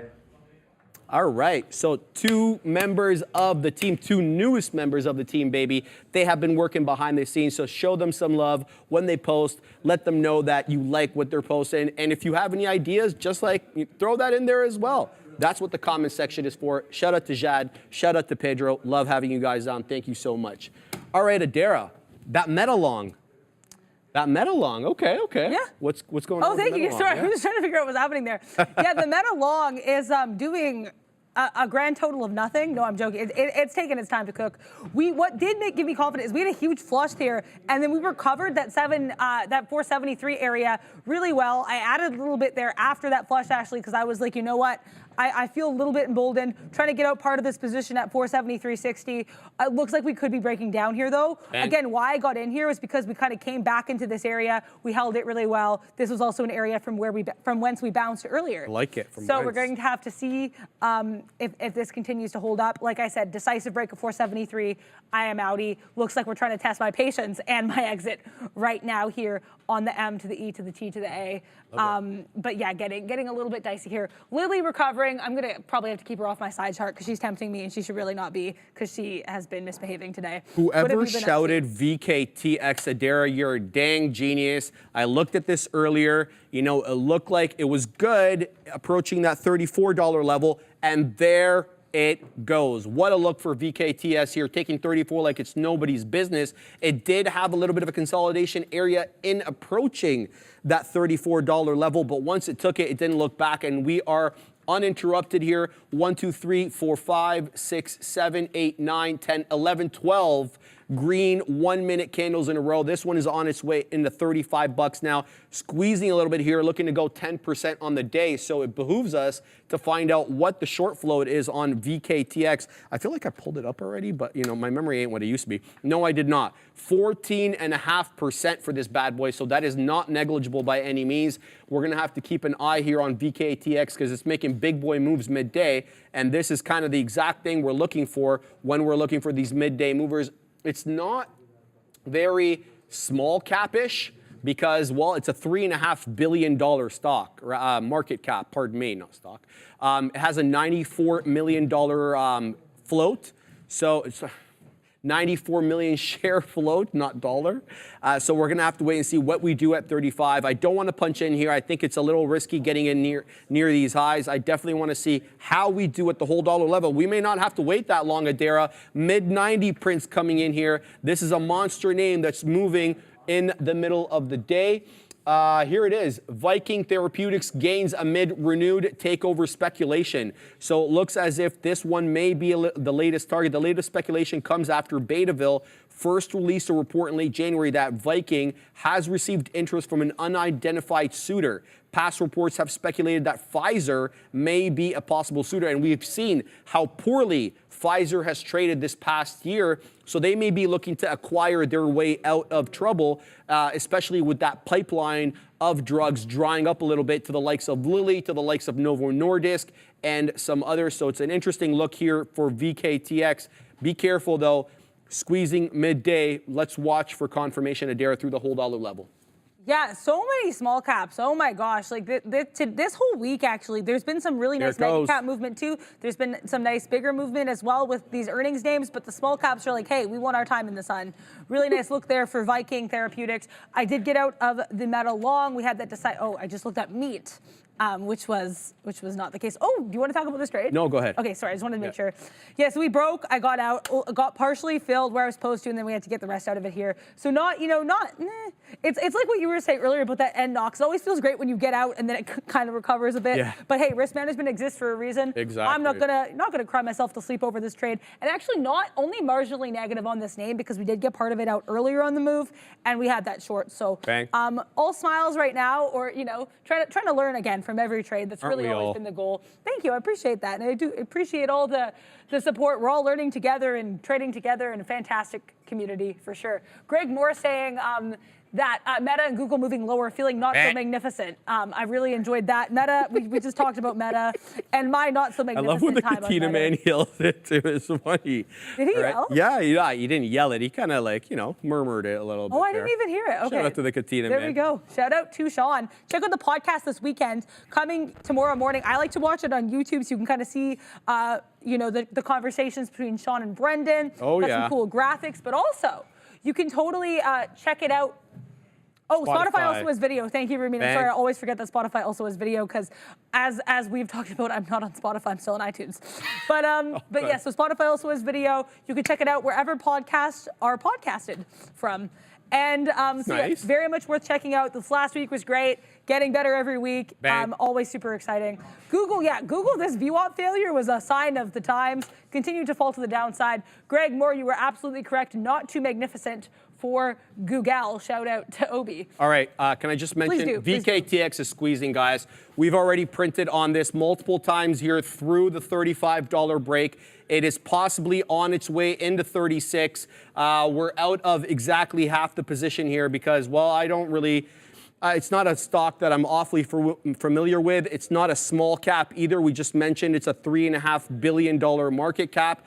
So I'm a little nervous at this level. We're long 35.18. The best print we've had so far on this monster was that 69 print. Let's see if we can continue up. I've got another beak wetter just south of 36. We're going to be looking for that dollar move, but it is extended. I mean, let's be real about it. This has been pumping up. I just counted how many umpteen amount of 1 minute green candles in a row uninterrupted. Now we're getting our first look at a red candle, and it's becoming more hammer-esque. So it looks like it's being Katina Man like that one.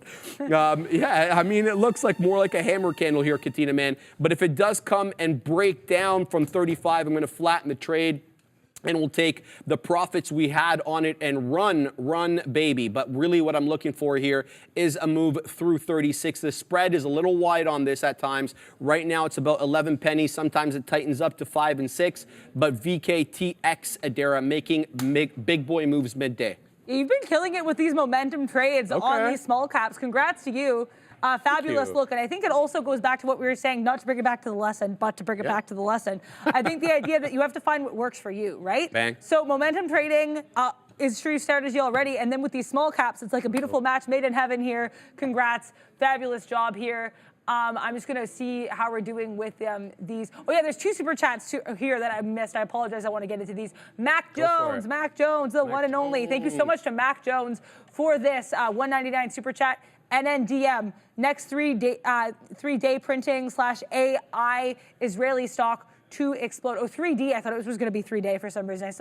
Trading brain is on. Do you have any idea, like, I don't remember what year it was, but there was a phase of 3D printing names, Adara, where these 3D printer companies or thereabouts were kind of moving like the semis. Oh my gosh, you know what I mean? Really? Yeah. Like SMCI type movement? Or? I don't know if that is aggressive, but we had a phase of 3D printing stocks. That's crazy. I'll let you know about that. Go ahead. Yeah, no, I appreciate that. I have the context there. And I think, too, it also contextualized Mac Jones's comment there with regards to it's the next 3D printing stock. So we are just getting this pulled up here. Apologies for the wait. I did it NNMD, and it's NNDM. Let me get some deets on this company other than the 3D printing thing here. NNDM, Nano Dimension. Yeah, you can, ooh, okay, I think this is a good look.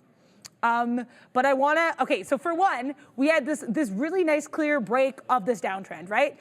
We had lower highs starting to kick in here, July 27th, then we had a lower high, lower high, lower high. Then, mid-January, we start making this nice move up to the upside. What makes me skosh nervous, though, about this is look where we're getting into, this previous area of resistance at 290. And it was another area of resistance earlier, back both in March 2023 and again in February 2023. Not to sound so gleeful about an area of resistance, but I would say be very cognizant of what we do with that 290. We're kind of coming into it now. I think if we have a decisive move above it, much like I was saying with Coinbase earlier, I think we need to probably see a move above that. Again, not advice. Just my take on this chart and its past movement. But this break of the downtrend, certainly not a bad look at all for NNDM. Go Nano Dimension. I think that's a really clear look here as well. Also, it's Nick W here with the $5 super chat. Thank you so much for the super chat. This one addressed at Sharif, but I can kind of start taking a look at it here. Have been swinging and trading VKTX. Let's go. MDGL is a takeover target too. Chart looks great for 240 target and then higher. Yeah, I'll start taking a look at this one. Indeed. Let me pull this one up. MDGL. Let me get some more info on this guy. Madrigal Pharmaceuticals. Okay, yeah, I feel like okay, we'll start with the daily here and the weekly on this. Yeah, this is certainly an interesting look here, but to me, I think the main thing I see here, right off the bat with the daily, is this area of support and then resistance here coming into this 240, right? And I think it makes sense you mentioned the 240. I think, 240 target for sure. That's immediately my look here on this area, because that's the thing we really need to break up and above, because we had 1, 2, 3, 4 touches more or less here of this area. We've been really struggling to push past this iceberg since early December. So I think if we have a break of that 240, 245 area, that could really be interesting, especially because we had some resistance there earlier. Yeah, honestly, my main thing is I totally agree with the level you had to say. My levels past that 240, then I would kind of be interested in what we do with this 255, because that was a previous area of support. As we know, resistance and support can intertwine or they can flip. Also, I want to talk about this 310 area. 1, 2, 3 touches. I mean, obviously this would be like a much farther term point, but this is a clear area of resistance for me, that 310. That's at least my take on this chart, but I would totally concur with your analysis there of that 240 target, because I think that 240 is going to be the clearest target here. And also this bounce off 170 was really clean as well. Honestly, a pretty clean chart, definitely respecting certain areas of support and resistance. Hopefully that helps. I think this is a pretty good look, and I would totally concur with the areas that you mentioned there, Nick Dub. I hope that helps. That's my take there. Yeah, I don't know. There was a super chat from Nick W for you with regards to MDGL. Yeah, I tried to give an analysis there. He mentioned the 240 area. I agreed with that 240 being a clear area of takeout, and then I said maybe after that 260 could be interesting for a piece for the dream, because that was where we had a little bit of support earlier, and then of course that 310 was really dicey. What a double top, right? Eh? Like and twice. If you didn't have to actually get it at the top, you could have waited for that neckline break, Adara, because it gave you a lot of move down after the neckline break. Beauty. Yeah. Shout out to Nick Dub there. Great call. All right, guys, this is why I feel a little bit silly, and I want to point out my mistake on this trade, okay? Because I think it's going to help a lot of people. Now, I front ran this. I'm talking about NNOX. I got FOMO, and I just finished telling you not to get FOMO, and I did it myself, right? So I just want to point this out. This was the level that I earmarked. You can rewind the stream. I like this level over here on NNOX. I'm talking about 1250, 1260. Look where it came down to. I mean, I want to show Adara this. Look at this. Oh my gosh. Right? So that's why, stick to your plan and follow your plan. And even if it goes without you, let it go, because it's times like this where you're going to feel a little bit bad about yourself, and I feel very bad about myself right now. I should have waited for that level. It held to a T, and look at that. It rocketed up. It gave you $1.50 plus there at the top. Obviously, I wouldn't have held the entire thing for $1.50. We would have been wetting our beak on the move up, but this is a hell of a move, and it's a great example of resistance flipping to become support. It's not theoretical, guys. I mean, we see it every day happen in practice. So I wanted to point that out, because it's a hell of a missed trade on my part there. Francisco, Oxy, please. Yes, sir. What a very nice, polite individual. $4.99 super chat. Thank you very much, Francisco. We're going to have a look at one of Uncle Warren's favorite stocks, Adara. He's buying this thing hand over fist usually, right? And he has a nice little area he's been buying it at. And before we look at the intraday, because nice move up here intraday, we're going to look at the daily chart, because I want to make that point very clear about where Uncle Warren has been buying. And we don't know if it's Uncle Warren, obviously, but we're hypothesizing. Look at this bottom here, Adara. Do you think this is like by accident at this $56 level here since midsummer? About it too. Yeah, Neil knows about it. The Katina man knows about it. Everybody and their mother's dog's third cousin knows about this $56 level there. It's been a hell of a. Anytime it's been dipping around there, it's been immediately Uncle Warren turns on the buying program, and there she goes. So today we're above 60, 60.80 is the high. So it's a great look, and we also have WTI up on the day. It's up 2/3%. $78 here. We're trading on WTI, and that's the reason we're getting that bounce on Oxy. Oxy now 1% up on the day. It was a monster move yesterday for Oxy, as you can see here. Started its life at 57.25. The closing print yesterday in Oxy was above 60. Was at $60.10, and we're well above that right now on OXY. Let's see where we get. We've been holding the 20 period and the 10 period. So looks like, you know, the moves up are all holding the 10 period, and then when there is a retracement, it's holding the 20. The 20 is the yellow, the 10 is the green, and the red is the 50, and the blue is the 200, and the white is the VWAP. I just want to remind everybody, because we always have new people coming in wondering what the lines are on my chart. So holding up at these moving averages quite well, up and to the right, higher lows, higher highs for Occidental. I'd get in on one of the moving averages, Francisco.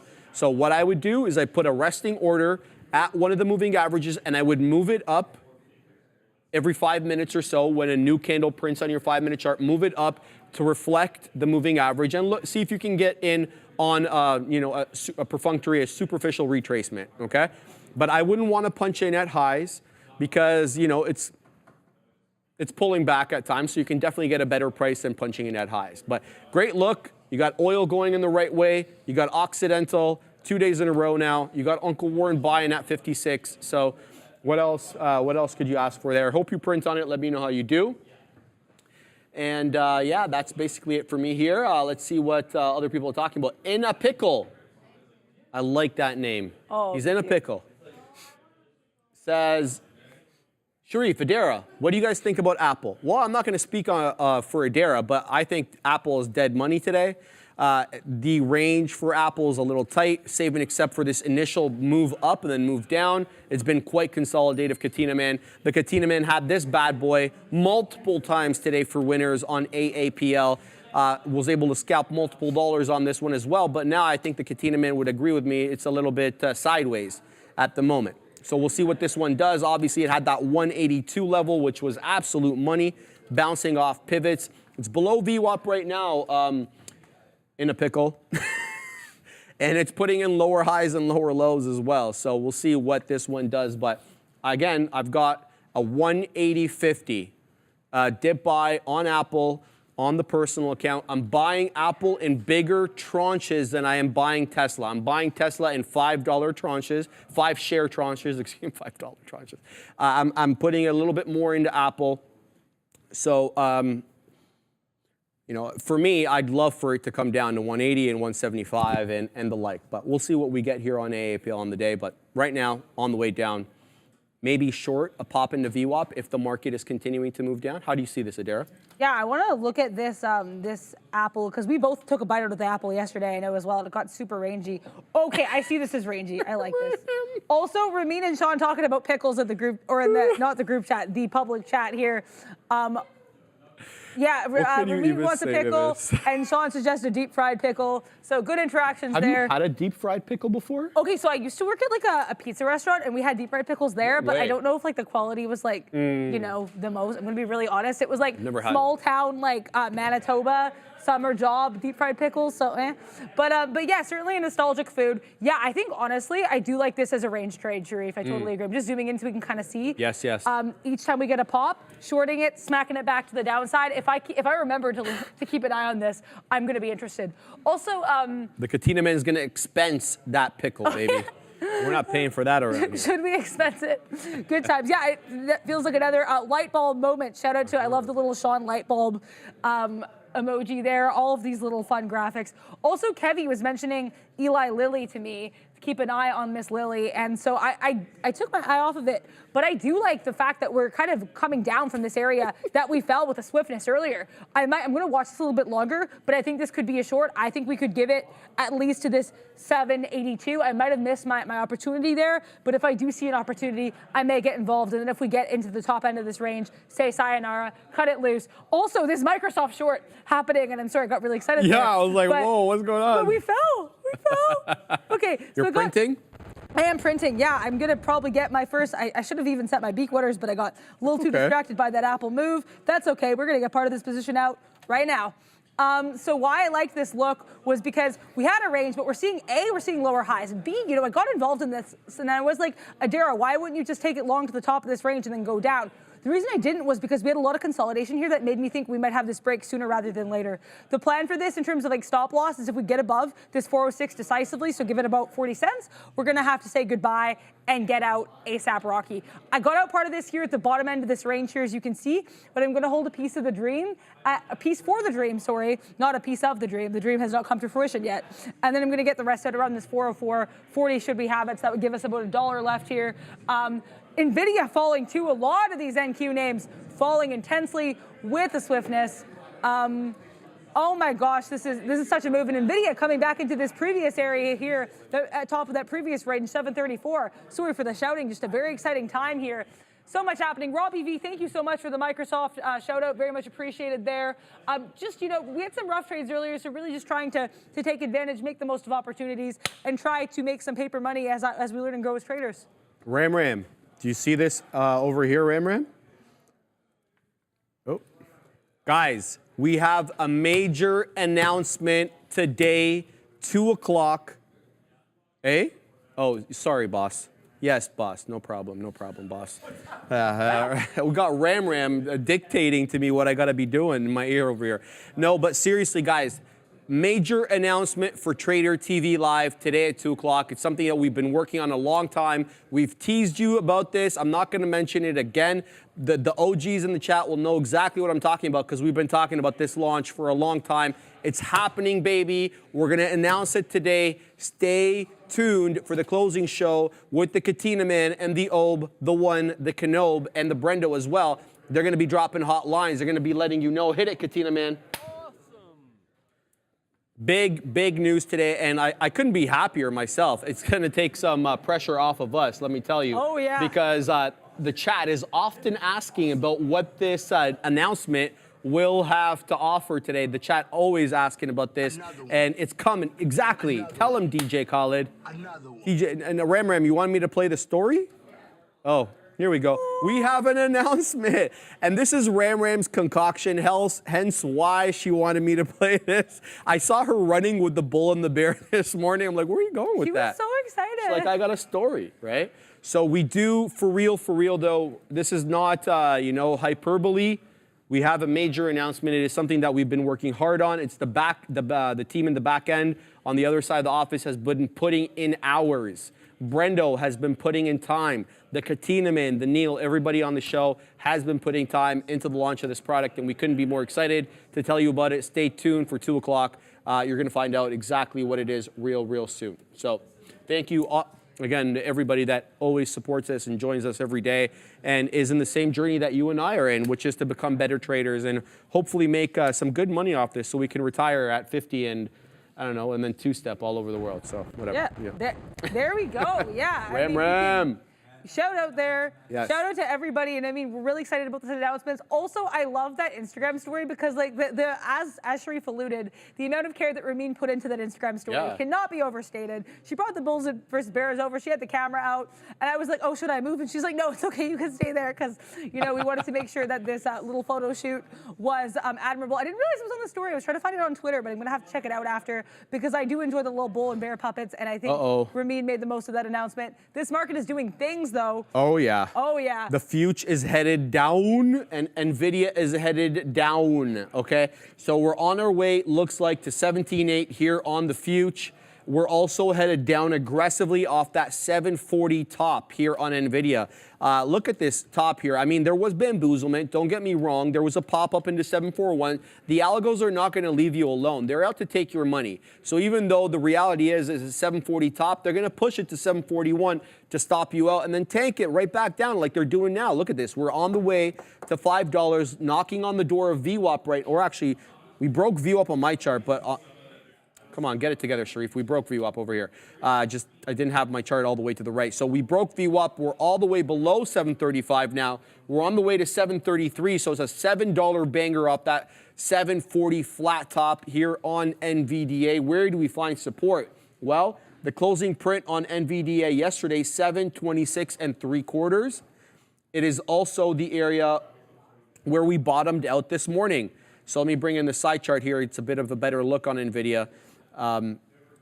for the area of support. So this is the area I'm talking about. This is where we closed out yesterday, 726 and a half, 726 and 2/3 in and around that area. And look at all the wicks being bought off right at that 727 level. So showing you strength there initially on NVIDIA after that big dip down, but we'll have to wait and see whether we can make our way back down into that key area of support. But it is a big move down right now on NVIDIA, breaking through VWAP, breaking through the pivot points over here. So some weakness coming in on what was the strongest Mag 7 name on the day.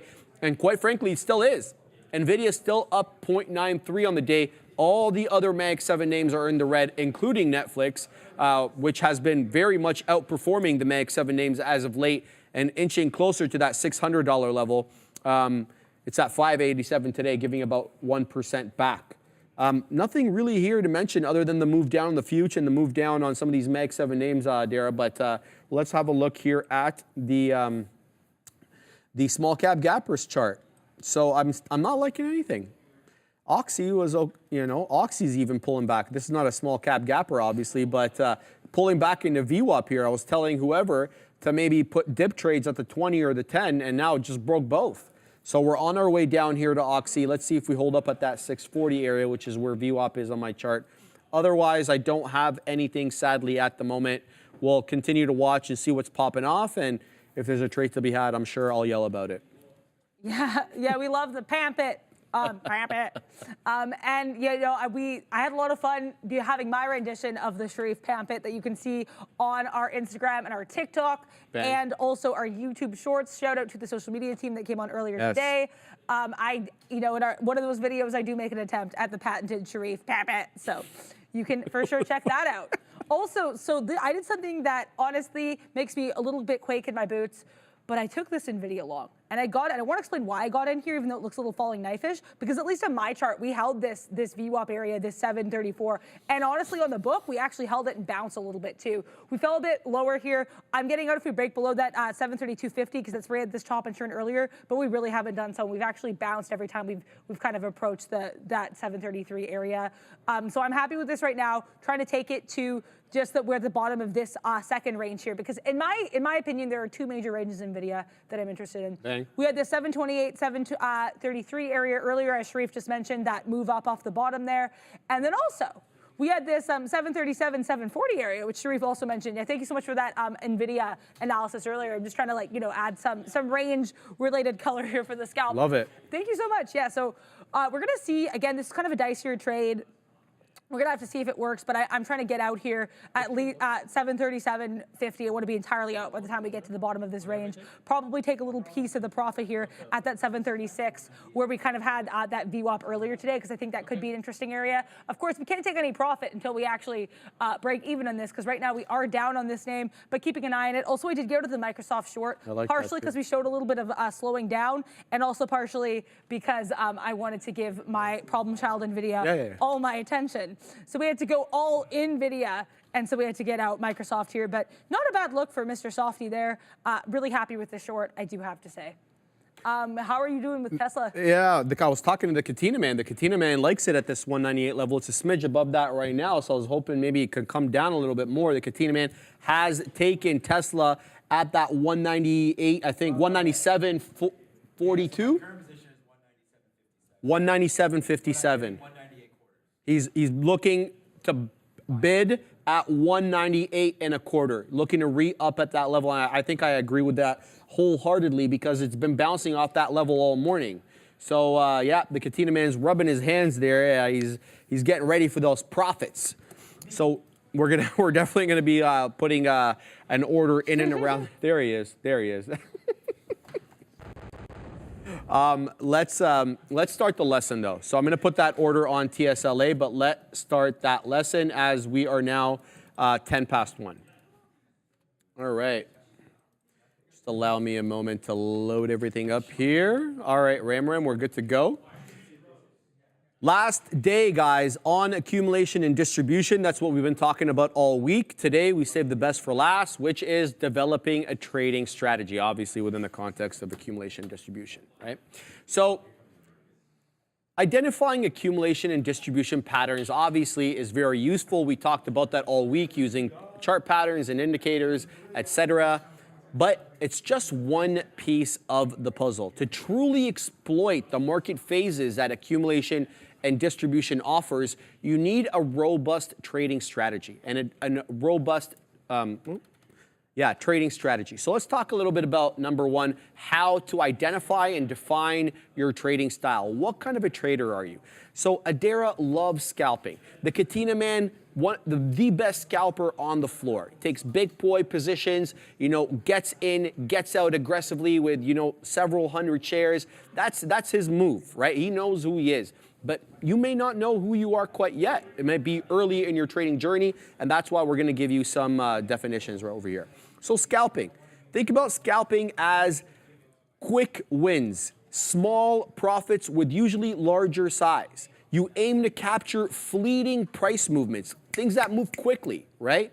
Using accumulation and distributions for your early entry and your quick exits. That's really what the modus operandi of scalping is. Think about, it's basically for fast-paced traders, people who talk quickly, move quickly.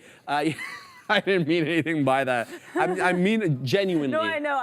It is for that. It is conducive to your personality, right? Who enjoy short, intense bursts of activity.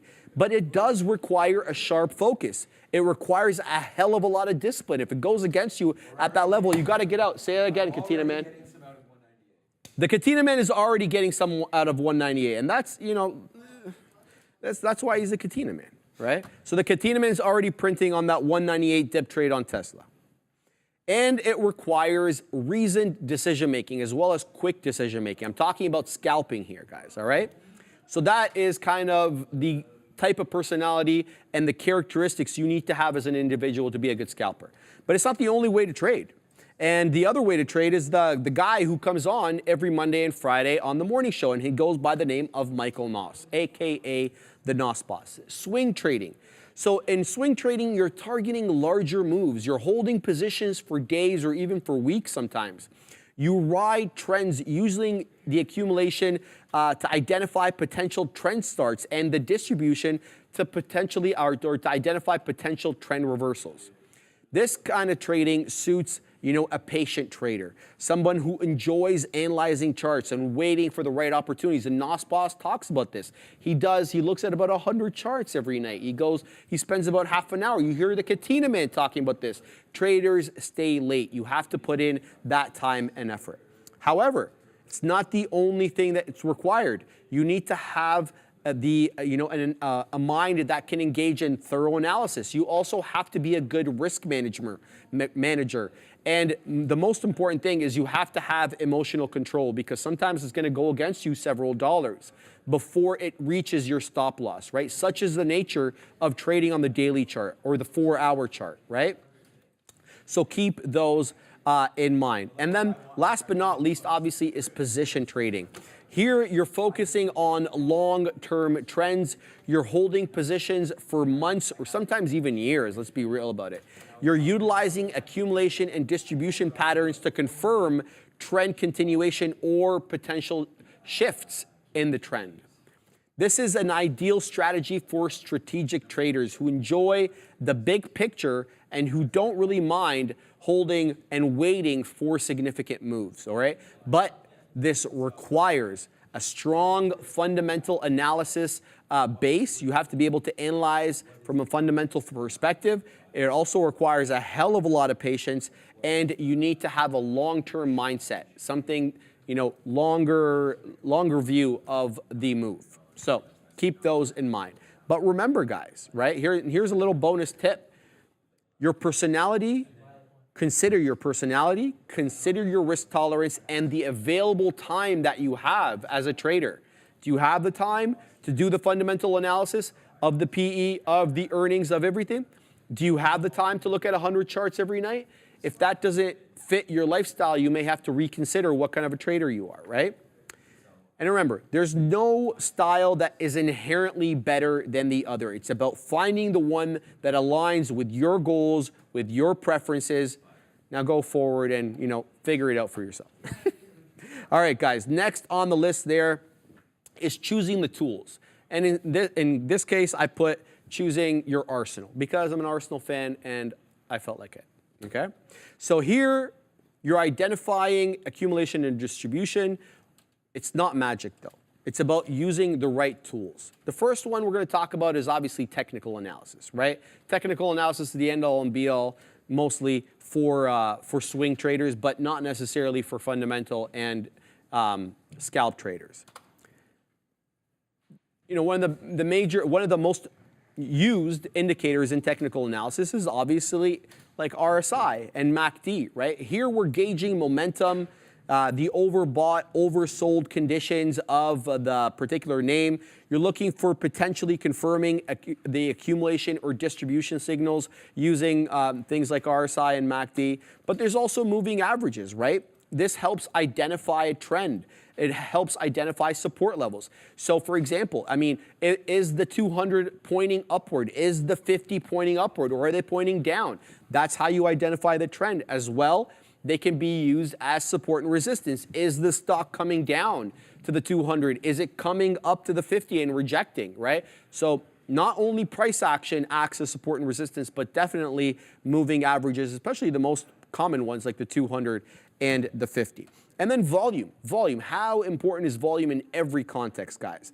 Analyzing buying and selling pressure. It also aids in differentiating the accumulation and distribution from just fleeting fluctuations, right? How many times have we seen a stock shoot up on light volume only to watch it go right back down because there wasn't that sound backing of it with a lot of buying pressure showing you the buyers, no, they're interested. Look how many shares this is trading, right? So volume, very, very important as well. Now, fundamental analysis, Ram, is another also very important one. Under that, we're analyzing things like company news, company earnings. We're looking to understand the underlying company performance and the potential catalysts for buying and selling pressure. This obviously affects the accumulation and distribution dynamics, right? But that's not the only thing we look at in fundamental analysis. We're looking at industry trends and economic data, completely separate from the company itself. What is the overall fundamental move of the economy right now? Are we printing higher on GDPs? What's the non-farm payroll look like? Are we losing jobs? Are we adding jobs? What does inflation look like? Are we printing above the expectations or below? PPI, today we had a PPI print. That sent the market reeling. The CPI print earlier this week, that sent the market reeling downwards. So it's not just company-specific news, but it's the more macro look at the overall economy. Very important to note for a fundamental analyst. That's not the only thing, Adara, that we're using in our toolkit. We have chart patterns as well, Ram, because chart patterns are one of my faves. Ram? Chart? There we go. My favorite one is the head and shoulders. Why? Because it shows a key area of distribution. The head and shoulders pattern, in case you're new, is a reversal pattern. It typically happens at the top of an uptrend, and it basically reverses the uptrend and sends the stock right back down. That shows distribution. People are selling at that level. So very important to understand what the chart patterns are indicative of. Are they indicative of accumulation, distribution, or possibly both?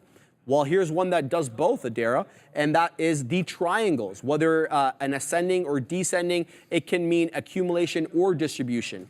This particular pattern, the triangle patterns and all the variants thereof, signal potential breakouts in either direction, and they require confirmation from other tools and other contexts to make sure that they are showing you the right thing. And then last but not least on the patterns, and these aren't all the patterns, guys, are the flags, the bull flags, the bull pennants. They show continuation. These are continuation patterns. Typically, when you get a bull flag, you'll either get another bull flag after that, or it'll continue to trend upwards, maybe in an upward channel.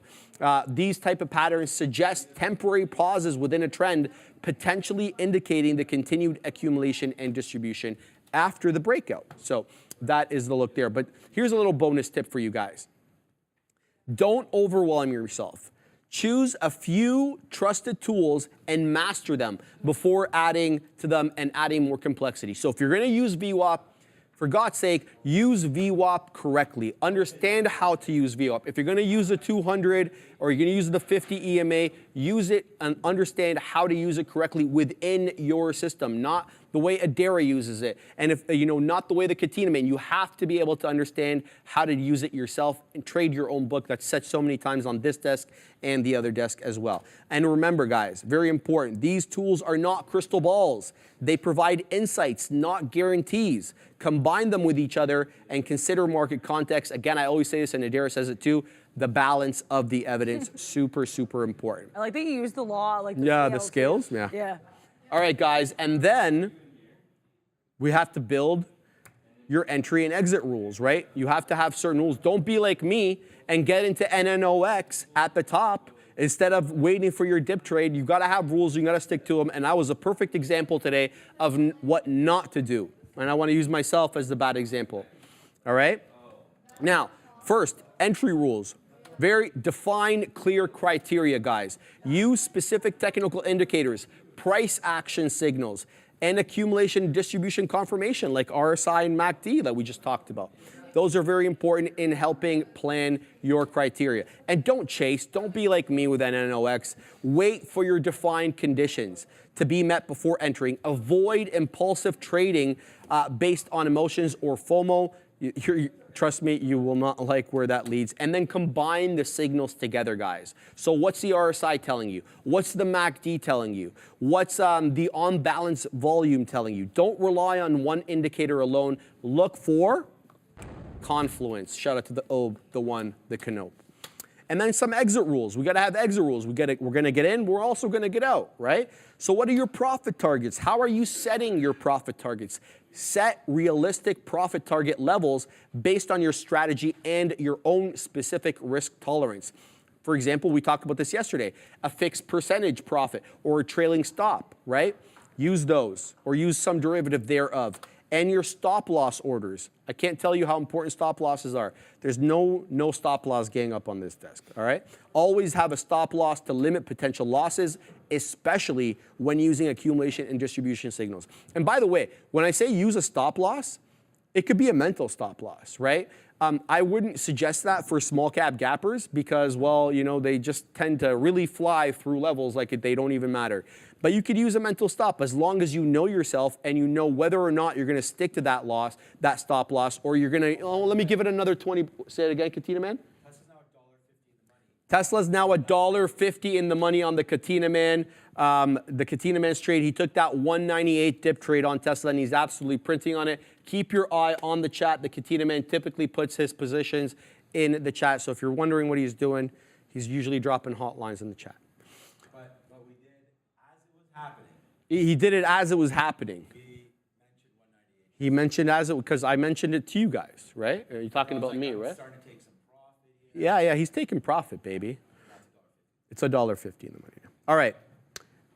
And adapt to the context, Ram, right? Consider news events, changing market sentiment, and the potential trend shifts when adjusting your trading strategy. You're not trading in a vacuum. You're not trading in isolation. You need to know semis are strong. Okay, so should I be looking at NVIDIA and AMD and SMCI and ARM and Micron and Intel? Do I need to be looking at these? Because while they're up like high single digits, double digits every day, you need to know what the hell is moving.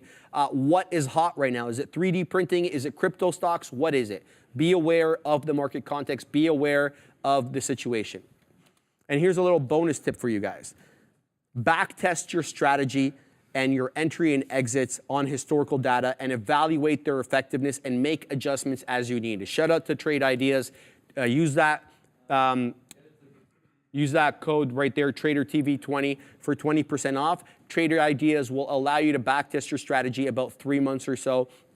There's also other platforms like Thinkorswim that have it already built in. So if you've got that, maybe you can use that, all right? And remember, disciplined entry and exit are the cornerstones to successful trading. Don't be afraid to adjust your rules as you gain more experience.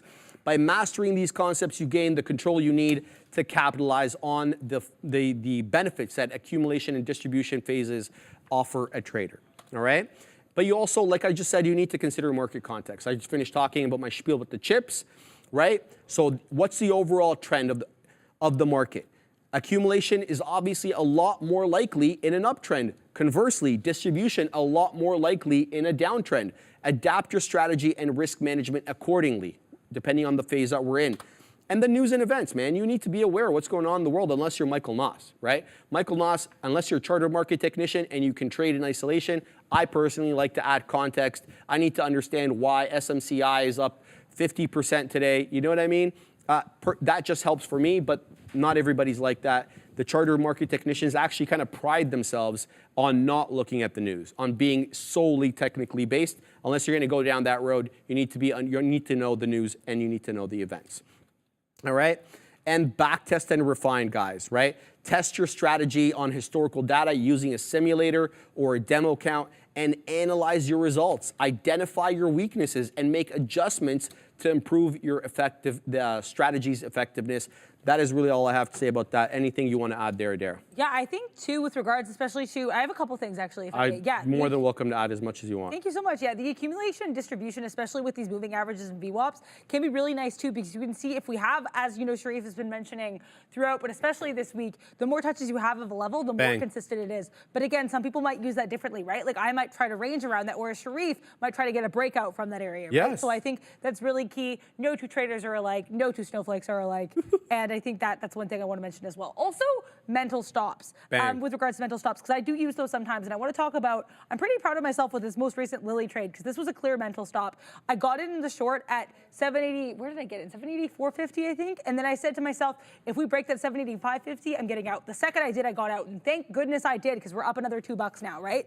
So I think as much as Hold on, you're up $2? Oh, I mean, no, it is up another $2. Oh, I should have worded the that better. dollar club. Sorry. Okay, it's okay. Yeah, I'm in the negative $1 club on that. I'm actually more than negative $1 on this Lily throughout the day. But no, that's okay. And honestly, that's why I'm trying to use like what you were saying with NNOX, right? Yes. I think sometimes you learn a lot from the things that you're like, about. And honestly, really proud of myself for getting out of this where I did. It was an L, but it could have been a much bigger L. And yeah, it could have been a $3 loss instead of the $1 loss. So that's why I wanted to say that. Also, SMCI. That's this one down about 18%. And I want to bring this up. So I was looking at this. I brought this up because I was seeing some mentions in the chat while we were having that lesson there. I don't think anybody in this entire floor called SMCI going down today, right?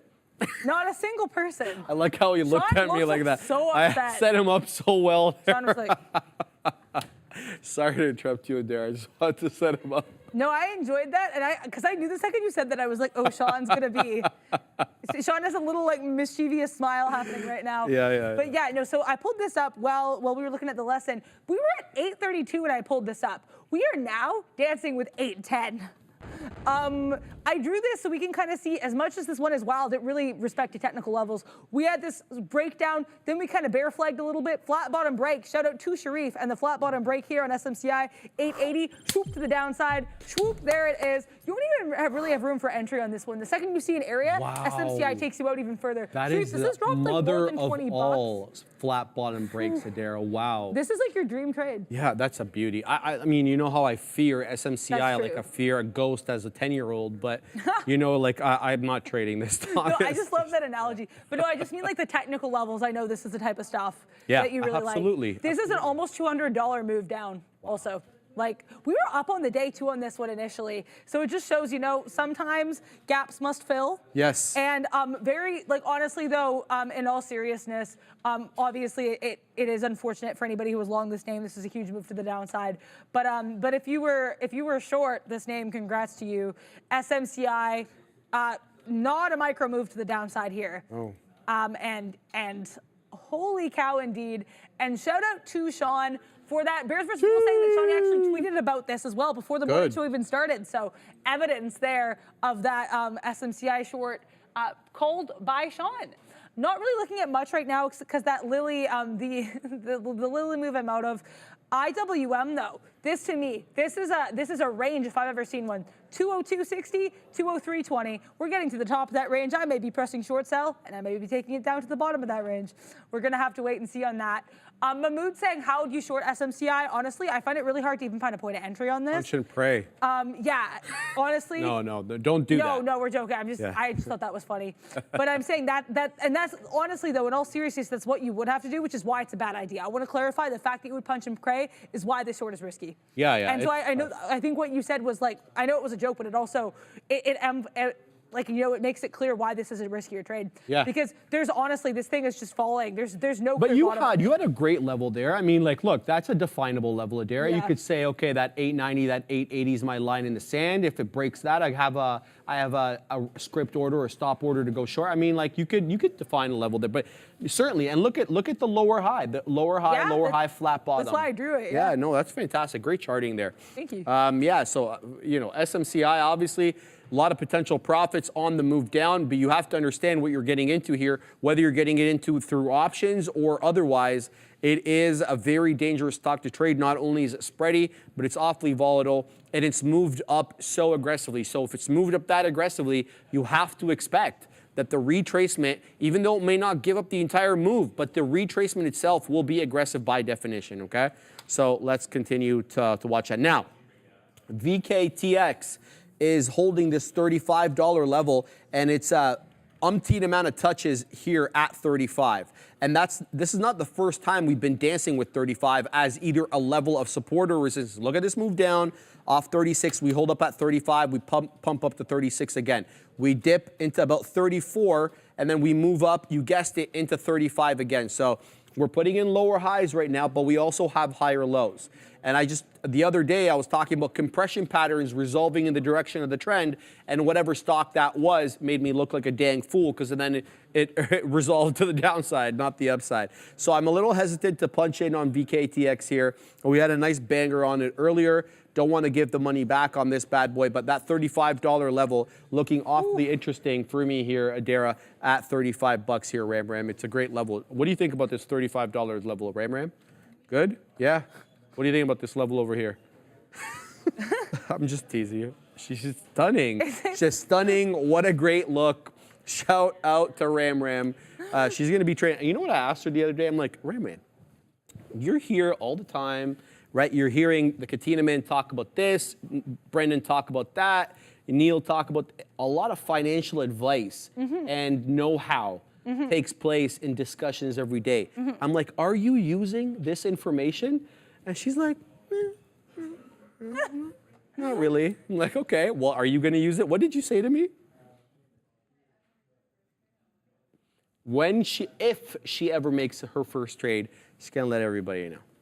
Shout out to Ram. Shout out to Ramin, killing it. But yeah, I do think that 35 level is stunning. Yeah. Although I know Ramin probably said it more as a joke. I do think that 35 is clear. And I like that that's where you had that out as well. Right. And your point of entry. Like, I think it holds up. And I think, too, as we said earlier, not to continue quoting this here, but Right. the more times we touch a level, the more Yeah, you're significant right. it is. You're right. And I think this is really just emblematic of that. And we love finding Emblematic. examples in the wild. I like that one. I like emblems. Thank you. Yeah. Stands to reason that I like the word emblematic. Well, you did have the Arsenal emblem. Oh, in our very thing. good. And I ordered new emblems for my car, badges. Really? Yeah. I'll tell you why. Because I didn't get the blackout package on my car. Okay. So the name of my car is written in chrome. And if you know anything about car trends, there's a whole dechroming or removing the chrome, and you black out all the chrome trim on your car. So I did order the black badges for my vehicle, and I'm pleased as punch about that, and I can't wait for them to come in. Happy to hear it. The Darwin's killing me. Are the car bats still available? Yes, they are available. They are. Have you ever bought anything off Facebook Marketplace? No. Okay, so I have then you're friends not who going to have get the those, joke. so I'm a little though. bit familiar. Yeah. It's a joke is because people always message you on Facebook Marketplace like, yeah. is this available? And then like they don't respond when you say yes. And It's then like, you can't like sell it. Yeah, I know. No, I you know can sell it. It's just like you get excited, like great, I have Yeah. a sale, right? And then they don't get back to you. No, and then they just totally turn their back on you. I'm going along here, VKTX. What are you seeing, Adara? Yeah, I'm seeing, I mentioned this a bit earlier. This is probably a case of I might have entered too early, but this IWM range to me is super clear. I thought we were getting a slightly lower high, so I got in a little bit early. But I'm going to be watching what we do with this 203.20 area. If we hold it, I'm going to add to this position 100%. If we don't, if we break above it into this especially if we break above this high as well, this 203.25, I'm going to have to get out of this trade. My profit taker, we know I like ranges. Look at this 202.60. I like this 202.60. That's going to be my Bang. out here. And then if we come back up that 202.60, you guys know I'm going to go long and then take it right out at the top. Should that range continue? The thing with ranges too, and we talked about this earlier as well with regards to range trading and accumulation distribution, they can fall apart at the drop of a hat. They can fall apart in a dime, but as long as it's valid, you know, the trend is your friend until the end when it bends. Shout out to Neil and Obi who say that quite a lot. And I do think, I do like the look of this trend for the time being. Yeah, I'm pretty sure, I'm pretty into this area here. Yeah, I'm seeing here too, Louis Tortora, 203.33, 4 times can't break, I'm shorting it. Yeah, I agree with you. Because we actually did this, it's actually a quadruple top, you're right. I should have probably gotten into this a little bit earlier. I totally see what you mean. I think your ideal point of entry is much stronger than mine, but I think this is an okay look. Alt Style saying SMCI gravity does exist. Yeah, unfortunately that went tumbling to the downside. Nick W mentioning MDGL, this Madrigal. Let's look at Madrigal here. Trying to find the NQ here. There we go. Oh yeah, okay, this is a really clear look. We had a giant pop here on volume. I'm gonna see if there's any new news on this. Now I'm not seeing anything, but yeah, this ride of this 9 EMA, and this is what we're saying, you know, sometimes you can tell accumulation and distribution in areas of interest through technical levels. This is clearly a level here for MDGL. We'll have to see if it makes a new higher high here at that 239, but you certainly called that 240 area there earlier, Nick W. Shout out to you. Congrats to anybody doing well on these names. Spot on the move, says Mr. Liv. Let's take a look at Spotify. Let's see if we can spot where Spotify might be headed. Thank you for the bang button there. Oh, higher high, oof. Spotify, nice look on Spotify. Higher highs, higher lows. And you know what else you can do on Spotify in addition to trade it is check out the podcast on Spotify. Going to be coming out tomorrow morning. IWM kind of getting into my area of potential reload or out, so I'm going to have to be cognizant of that. But really, I'm just looking at IWM. Meta also making a stutter step to the upside. Going to have to keep an eye on that as well. All right, sounds good. I'll look at the futures here while we let this VKTX trade resolve in one direction or the other. Profit takers already put in, stop loss already put in. Let's look at here because we're putting in a bit of a higher low here on the future. And lo and behold, we're getting this bounce off 17.8, which also happens to be resistance level 1 on pivots, but we've been in a tight range.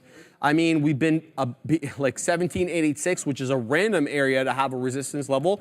It really owes itself to the pivots over here, right, at that level. And then we bounce off 17.8s, which just also happens to be resistance level 1.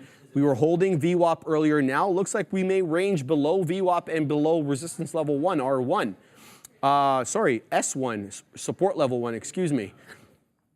So the future is a little bit tougher to trade today, no question about that, really reflecting I think a lot of the Mag 7 names and what they've been doing the majority of the day. And I've been noticing that a lot this week. Save and except for a couple of these names, we've been really range bound after either making an initial up move or down move on these Mag 7 big cap names. And then like it kind of ranges to the side. We had that trade on Apple yesterday that we kept fighting. It was a range trade. Adair was loving life on that particular trade. Yeah, and I was like cursing my life until we ended up getting out of that, and we took Tesla along. Tesla ended up being a good momentum trade later in the day yesterday. Today, though, I mean, all I see is down and then to the side, down and to the side. So tougher. Well, that's why we've been on these kind of lesser known names today more than usual. Looking for a 35 hold here on VKTX and a possible move up, at least to test that $0.50 area. The out is going to be $34, or not, just a little bit above $34. Basically, the break of this trough over here, if it makes a new low, that's the end of the trade on VKTX. But there's nothing else really that I'm looking at. SPWR, says Mr. Memes. Sure, let's bring in. SunPower? Yeah, SunPower, which was obviously a solar name, and that has been getting a bit of a pump up lately. I think the Katina Man said it best. I think he was talking about it on the podcast, but he mentioned it again this week. This is more of an interest rate story with solar, okay? I think we really started tanking on solar once rates started moving up. And then, you know, as we have been looking more at the, the upcoming, economic climate to be less with less rates is what I'm trying to say here on I can't even talk, Adair. Anyway, Friday. yeah, it's Friday. It's all good. Basically, it's our interest rate story, so we could start seeing moves up here on these solar names. Let's look at SPWR on the day. Yeah, I mean, it's a move down, so it looks like possibly shorting this. I don't know if you're taking it long on 360, maybe into 370. To me, this isn't the look that this is not something that I would want to trade on the day, so I'm going to have to respectfully decline that one. What else are people looking at here? Mr. Lib, Spot. I think you just looked at Spotify. You did, yeah. Magic Mike also talking about Sharif Adair. How do you feel about Tesla squeezing higher on Monday? Do you see any accumulation on the tape? I wouldn't be looking to the tape for accumulation. That's not my style. You'll have to ask Obi and the other better tape readers. To me, I'm looking at the chart, right? That's where I get the majority of my clues. And let's look at Tesla. Well, Tesla's been fantastic lately, especially, you know, that it's not filling me at that 180.5 dip trade. Didn't fill me at 175. And essentially, since Elon announced that he was going to move his companies out of Delaware, it's been, you know, finding a short burst up. However, on the hourly, where are we here? Okay, interesting level of resistance that we're approaching. You see, Adara is getting pumped because she sees it, right? I like so this. Let me just remove the pivots here because they are distorting the picture just a little bit. Yeah, there we go. And then I can add them back in. Look at this bottom here that we put in on Tesla between, like, say 205 and 207. So we're closing in on that. And in fact, this morning we got into 205.5. So former area of support coming in as an area of resistance. Do we break through it? So that's going to be an interesting look. And I think it was Ivan Computernet, or however you say his name, was actually pointing this level out to me here yesterday when I took Tesla along. He's saying, look, Sharif, careful, because there is an issue here with that 193 or thereabouts. So I think it was not 193. Sorry, it was that 194 area, 195, right? Because, well, we had a couple of double tops there that we couldn't break through. Obviously, we broke through it yesterday, and we're holding above it today. So Tesla, decent look. Whether or not we get that accumulation, we'll have to wait and see. People were talking about this being an inverse head and shoulders yesterday. I don't know. I think that's kind of self-fulfilling prophecy, seeing what we want to see here with this being the left shoulder, that the head, and that the right shoulder. Just to repeat, that's the left shoulder, that's the head, that's the right shoulder. But I don't know whether or not that's going to be the case, because if that is the case, we already broke the neckline, because the neckline's over here at 194 and 195, right? So we'll have to wait and see what we get on TSLA. But it has been a decent couple of days for it, no question about that. All right, back to VKTX, still doing the dance with no pants in front of 35. Yeah, a lot of those small caps are often dancing without pants and making these wild This isn't there. technically a small cap. It's about $3.5 billion in market cap. But it's trading like one. Yeah, that's what, right, yeah. I was like, I felt like I disrespected it for a second. It's all like, it's making Viking moves, how dare I? There you go. But nice look for that one there. I'm still in this IWM short. I added a little bit because at one point we were kind of heading a little bit down here. I'm probably gonna risk out some of this should we break that 203.25-ish area. If we make a decisively higher high, I'm getting out entirely. Good. Also, sorry, just saw this super chat now, but Kyle Burdett, 199 super chat. Apologies for the lateness here. Big Kyle is printing NQ, will be on the pod. I'm guessing this is when we had that big drop in the NQ. Apologies for just seeing this now. Congrats to you. Really good look. What a time here. Apparently Lily is moving to Zion Lawler saying don't say the name.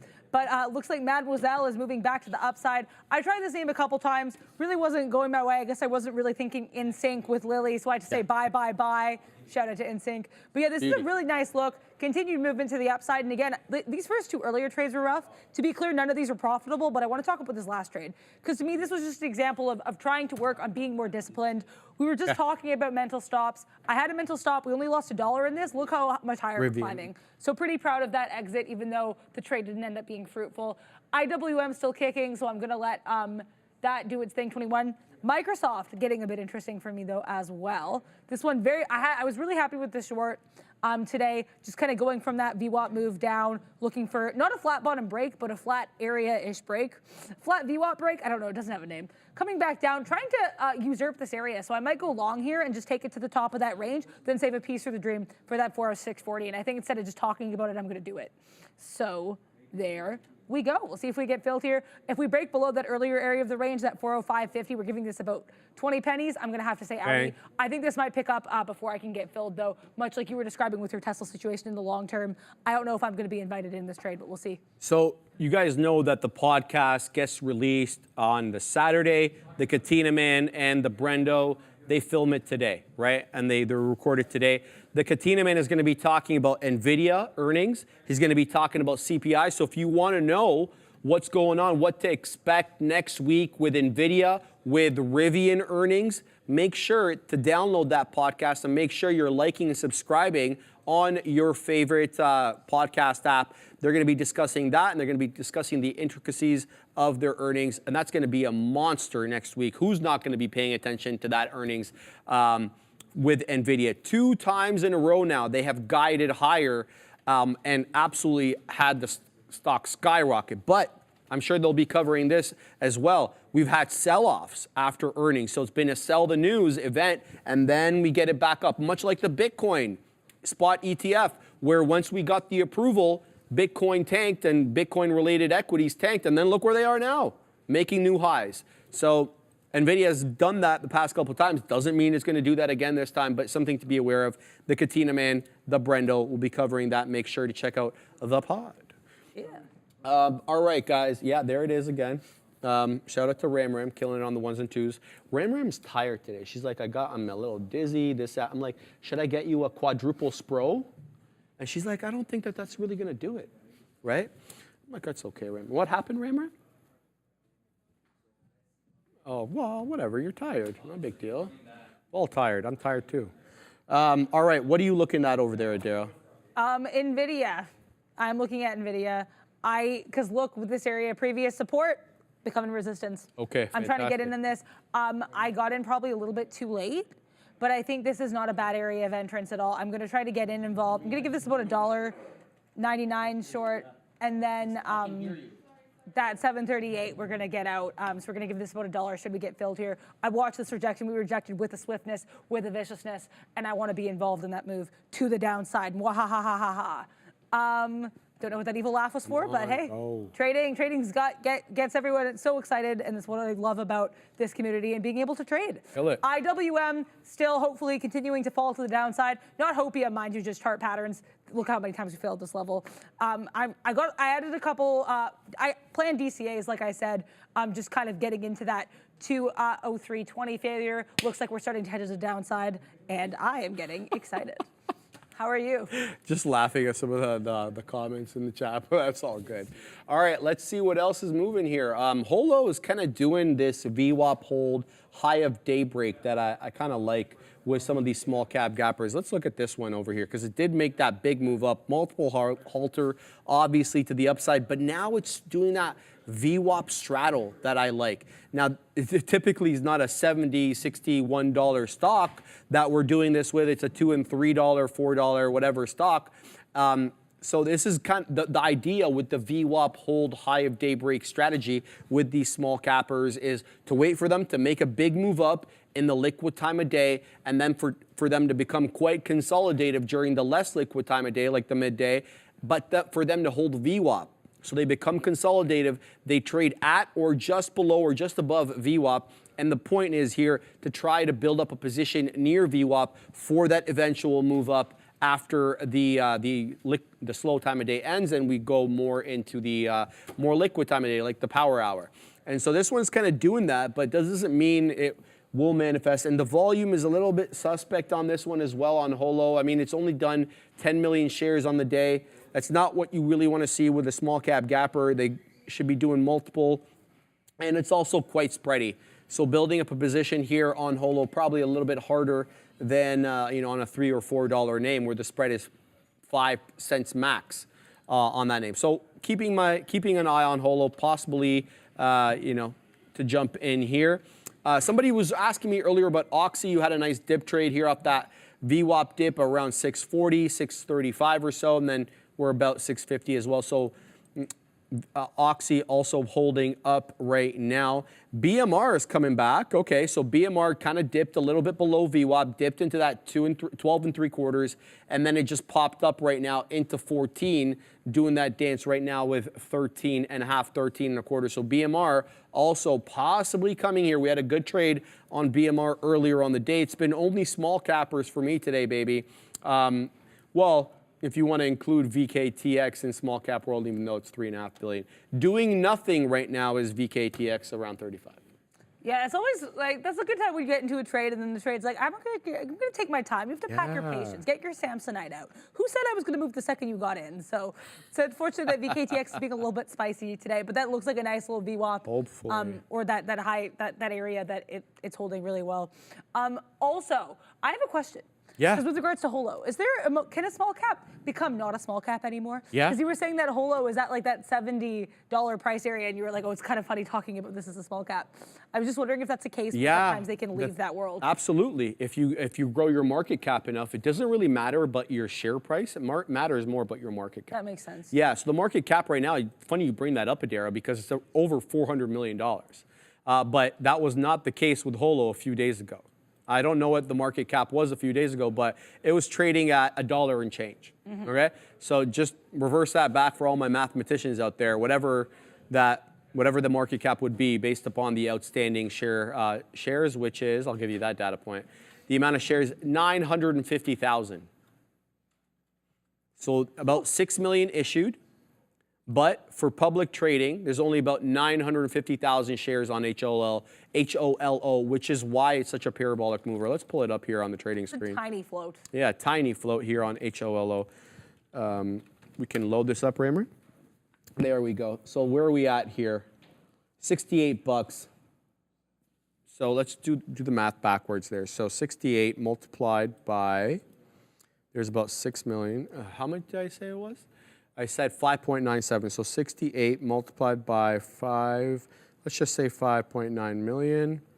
Yeah, 401 million, perfect, absolutely. So now we just do that $1.75 multiplied by 5.9 million. I'll tell you the market cap in a second. What was a $10 million market cap a few days ago. Now it's a 400 million. Oh my gosh. Also, look at the little numbers flying around you. Oh, wow. I Yeah, love that's that a animation. fantastic one. I like that Yeah. too. Yeah, so I mean, it was a small capper. Now it's bigger. It's grown up. And It's an adult capper. yeah, no, for real though. Yeah, no, seriously. That's really the only way to move out of small cap world. Grow your market cap, right? Thank you. Yeah.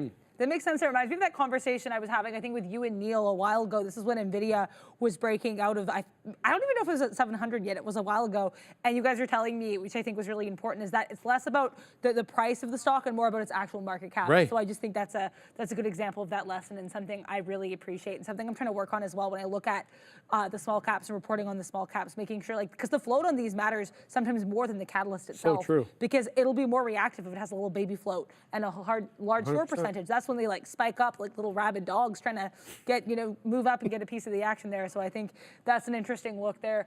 IWM starting to dip into my area of interest, just waiting here. Like we were saying with that VKTX, sometimes you just have to be patient. NVIDIA, I got into this a little bit early, but we keep failing that 737 area. So I'm all smiles right now. I honestly, like I said, I don't really trade after the midday, so I'm probably going to get out of this until I get my dream area, or before I get my dream area, sorry. But my dream area was going to be take out part of that 734 top, sorry, because that area was certainly an area of interest earlier.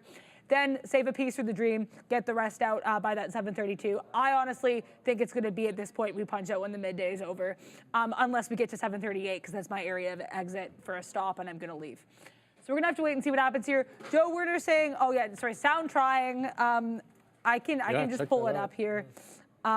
Squash battles, thank you so much. We'll see if the short works. Yeah, I think this is a good level as well for sound with that 375 area. I was talking about this area yesterday too as kind of an area of resistance. Looks like an area of resistance becoming an area of support. Best of luck there. And hopefully it goes well. Yeah, we're gonna have to wait and see how this short kicks off. Meta still moving to the upside. I don't know, my chart weirdly cut off part of Meta, but I think this move back into this earlier area of rejection is gonna be cool, that 475. Wow. Yeah, I think that's a really nice look. Mostly just in these two trades. I hope everybody's been having a good trading day, a happy Friday, And what a market. This week's been crazy. What are you up to this weekend? Well, I think I mentioned part of my plans this weekend earlier to you and Oh, Sean. yes. Don't mention the name of the city, but you're going to go I'm up going to... going to a city that is a little bit out of the way in Ontario to hang out with my friends. That's going to be nice. I'm probably going to go out as well with some different friends. Just seeing a lot of Very people nice. this long weekend, trying to get some writing done as well. What about Very you? cool. I'm going to the auto show. The car show is in town. Oh, nice. So maybe I'll actually be able to see the inside of the Cybertruck this time. Maybe they'll open the door or something. So we'll have to wait and see. Yeah, but I'm going to the auto show with a buddy. Today we have a graduation party because my friend and the assistant manager on the floor, Wainers, graduated big boy. And he didn't graduate on like a big trade where you put all your eggs in one basket. No, he graduated by incremental dubs, incremental wins. Hasn't happened on this floor for a while, since I've been here anyway. So shout out to Wainers. That's awesome. Proudest punch of him. And we're going to celebrate him today. So we're going to go out today, car show tomorrow, and then probably going to go sleep at my parents' on Saturday night, Sunday night, because I want to be pampered and catered to, and I don't want to be doing any sort of chores or any kind. I thought you were going to give me something there. Yeah, so that's basically it. We're going to have a decent little weekend and see what we get. Now, let's talk about some trading here before we send you guys off to the big show, because we got about 3 minutes left here. With respect to this VKTX trade, I had my initial stop below this level over here at 34.10, but it's becoming awfully consolidative and the volume is really dropping off now. So now I'm starting to get concerned, because if the volume drops off, there's no way we go up, right? You can incrementally make your way down with low volume, but it doesn't work that way on the way up. So I'm going to move up my stop here to about 34.5. If it doesn't hold above 34.5, that's going to be the end of the trade here. Up 10%, had a big move up earlier. You know, this is being talked about as a buyout candidate here, possibly. Pfizer has been discussed. That kind of got people excited midday, and it popped up. The other one that's moving again in small cap world is BMR. We had another good trade on this bad boy earlier today. You'll see all the beak wetter is there. And then it kind of gave up the ghost once it came right back into my level. But now it's reclaimed VWAP, it's reclaimed that $14 area, and it's broken that downward trend of lower highs and lower lows. In fact, it broke through that consolidation top. So this one could be a good one in the afternoon. Make sure you're exercising obvious sound risk management principles. It is a small cap gapper. It does have the, capacity to bamboozle you, Adara, as it did over here when it came right back down to my area. So keep an eye on that. And then NNOX as well. Possible move here into the afternoon on NNOX. It's still holding up. It's not retracing all the way back down. It's above VWAP. It's above 13 bucks. The only issue with this is this double top that we put in here at 14.25. This was a bit of a sticking point, and it wasn't able to reclaim that level since that time. But it is up 40% on the day, and it has a decent amount of volume continuing to come in, so it's not dead weight right now like VKTX. So this one could absolutely see another 14 touch or a 14 break. Make sure to watch this one in the afternoon if you're into small cap cappers. Yeah, that 1260, 1280 area, sorry, on NOX is crazy. And yeah, certainly lots of people have the keys to the Beamer and BMR to make a bit of a shout out there. That's a crazy move on that stock. Thank you so much to Bears versus Bulls. You both do a really great job. Hope you have a great end of the day and even better weekend. Same to you. Thank you so much for everything you do. And thank you so much to everybody in the community for being here. Also, update, I did get out of IWM for a win, which ended up being my most profitable stock today. Plot twist. I got out of NVIDIA because I got out NVIDIA, I guess, just because, we're getting to the end of the day. We kind of came back a little bit up. So took a little bit of a loss in NVIDIA. Mainly the thing I learned today, though, is just be disciplined and trying to learn a little bit every day. But we're actually going to be going to the green screen in a little bit instead of the big desk, giving it a couple seconds here. Very big announcement. So excited to be here. We told you about that 2 o'clock. See what's going to happen.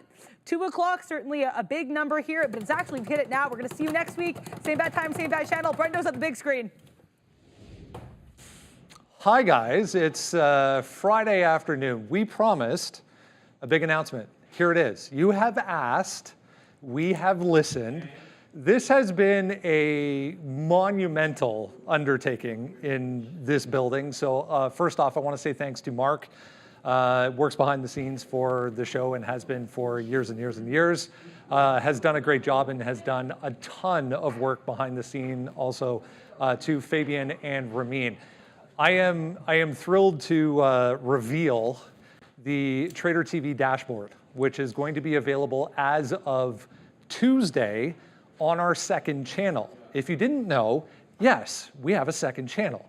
It's called More Trader TV Live. So go and subscribe to that right now, and you're gonna get this all day long. So starting on Tuesday, this is going to come on. First off, the main stream is going to 8 o'clock. So instead of coming on at 8:30 every morning, this is going to be available at 8 o'clock to 8:30. So if Neil and Sean, or in this case, Obi and Sean, are trading before we even come on at 8:30, you're gonna get to see everything they're doing even before we come on at 8:30. So that's one. Two, once we get to 8:30, the main stream is going to start as per usual. This screen is then going to shift over to our second channel, More Trader TV. Go subscribe right now. You're gonna get, I mean, just to run through a few things right now, Obi's here, Sean on the other side. You get their positions, long and short. You get executions in real time as well. So if I don't want to step on anything here, but if you go all the way over to the far of the screen there, you can see actual time of buy and sell executions for the two traders who are sitting in these seats day in and day out. So that's a bonus. You also get, thanks to Michael Noss and our friends over at Trade Ideas, you get the indexes, the SPY, you get the Qs. You also get top gainers, top decliners on the session. We're going to work on adding more features to this, and there will be more features to this that come over time. But there's so much that we can do with this platform as a basis going forward. So I'm thrilled to reveal it for you guys today. This is the economic schedule that will be available. Again, 8 o'clock in the morning every single day. You won't have to go and look it up anywhere. You just come on the stream at 8 o'clock and you get all the economic announcements that are going to come through for that day. You get top stocks, you get the headlines that go with the stocks. So even throughout the session, if something pops up that's moving around, we can throw it in the top stocks box with the actual news headline. If somebody comes in a little bit late and they say, what the hell's going on with Apple? It'll be sitting there waiting for you and you'll be able to understand what is going on. So that is the first impression anyways of the Trader TV dashboard. We're really proud of it. Took a ton of work around here. I'm so happy to reveal it for you guys. Go subscribe to the second channel right now. It's going to be available as of Tuesday morning. Remember, Monday's a holiday, so happy long weekend. But go subscribe right now, Tuesday morning, 8 o'clock.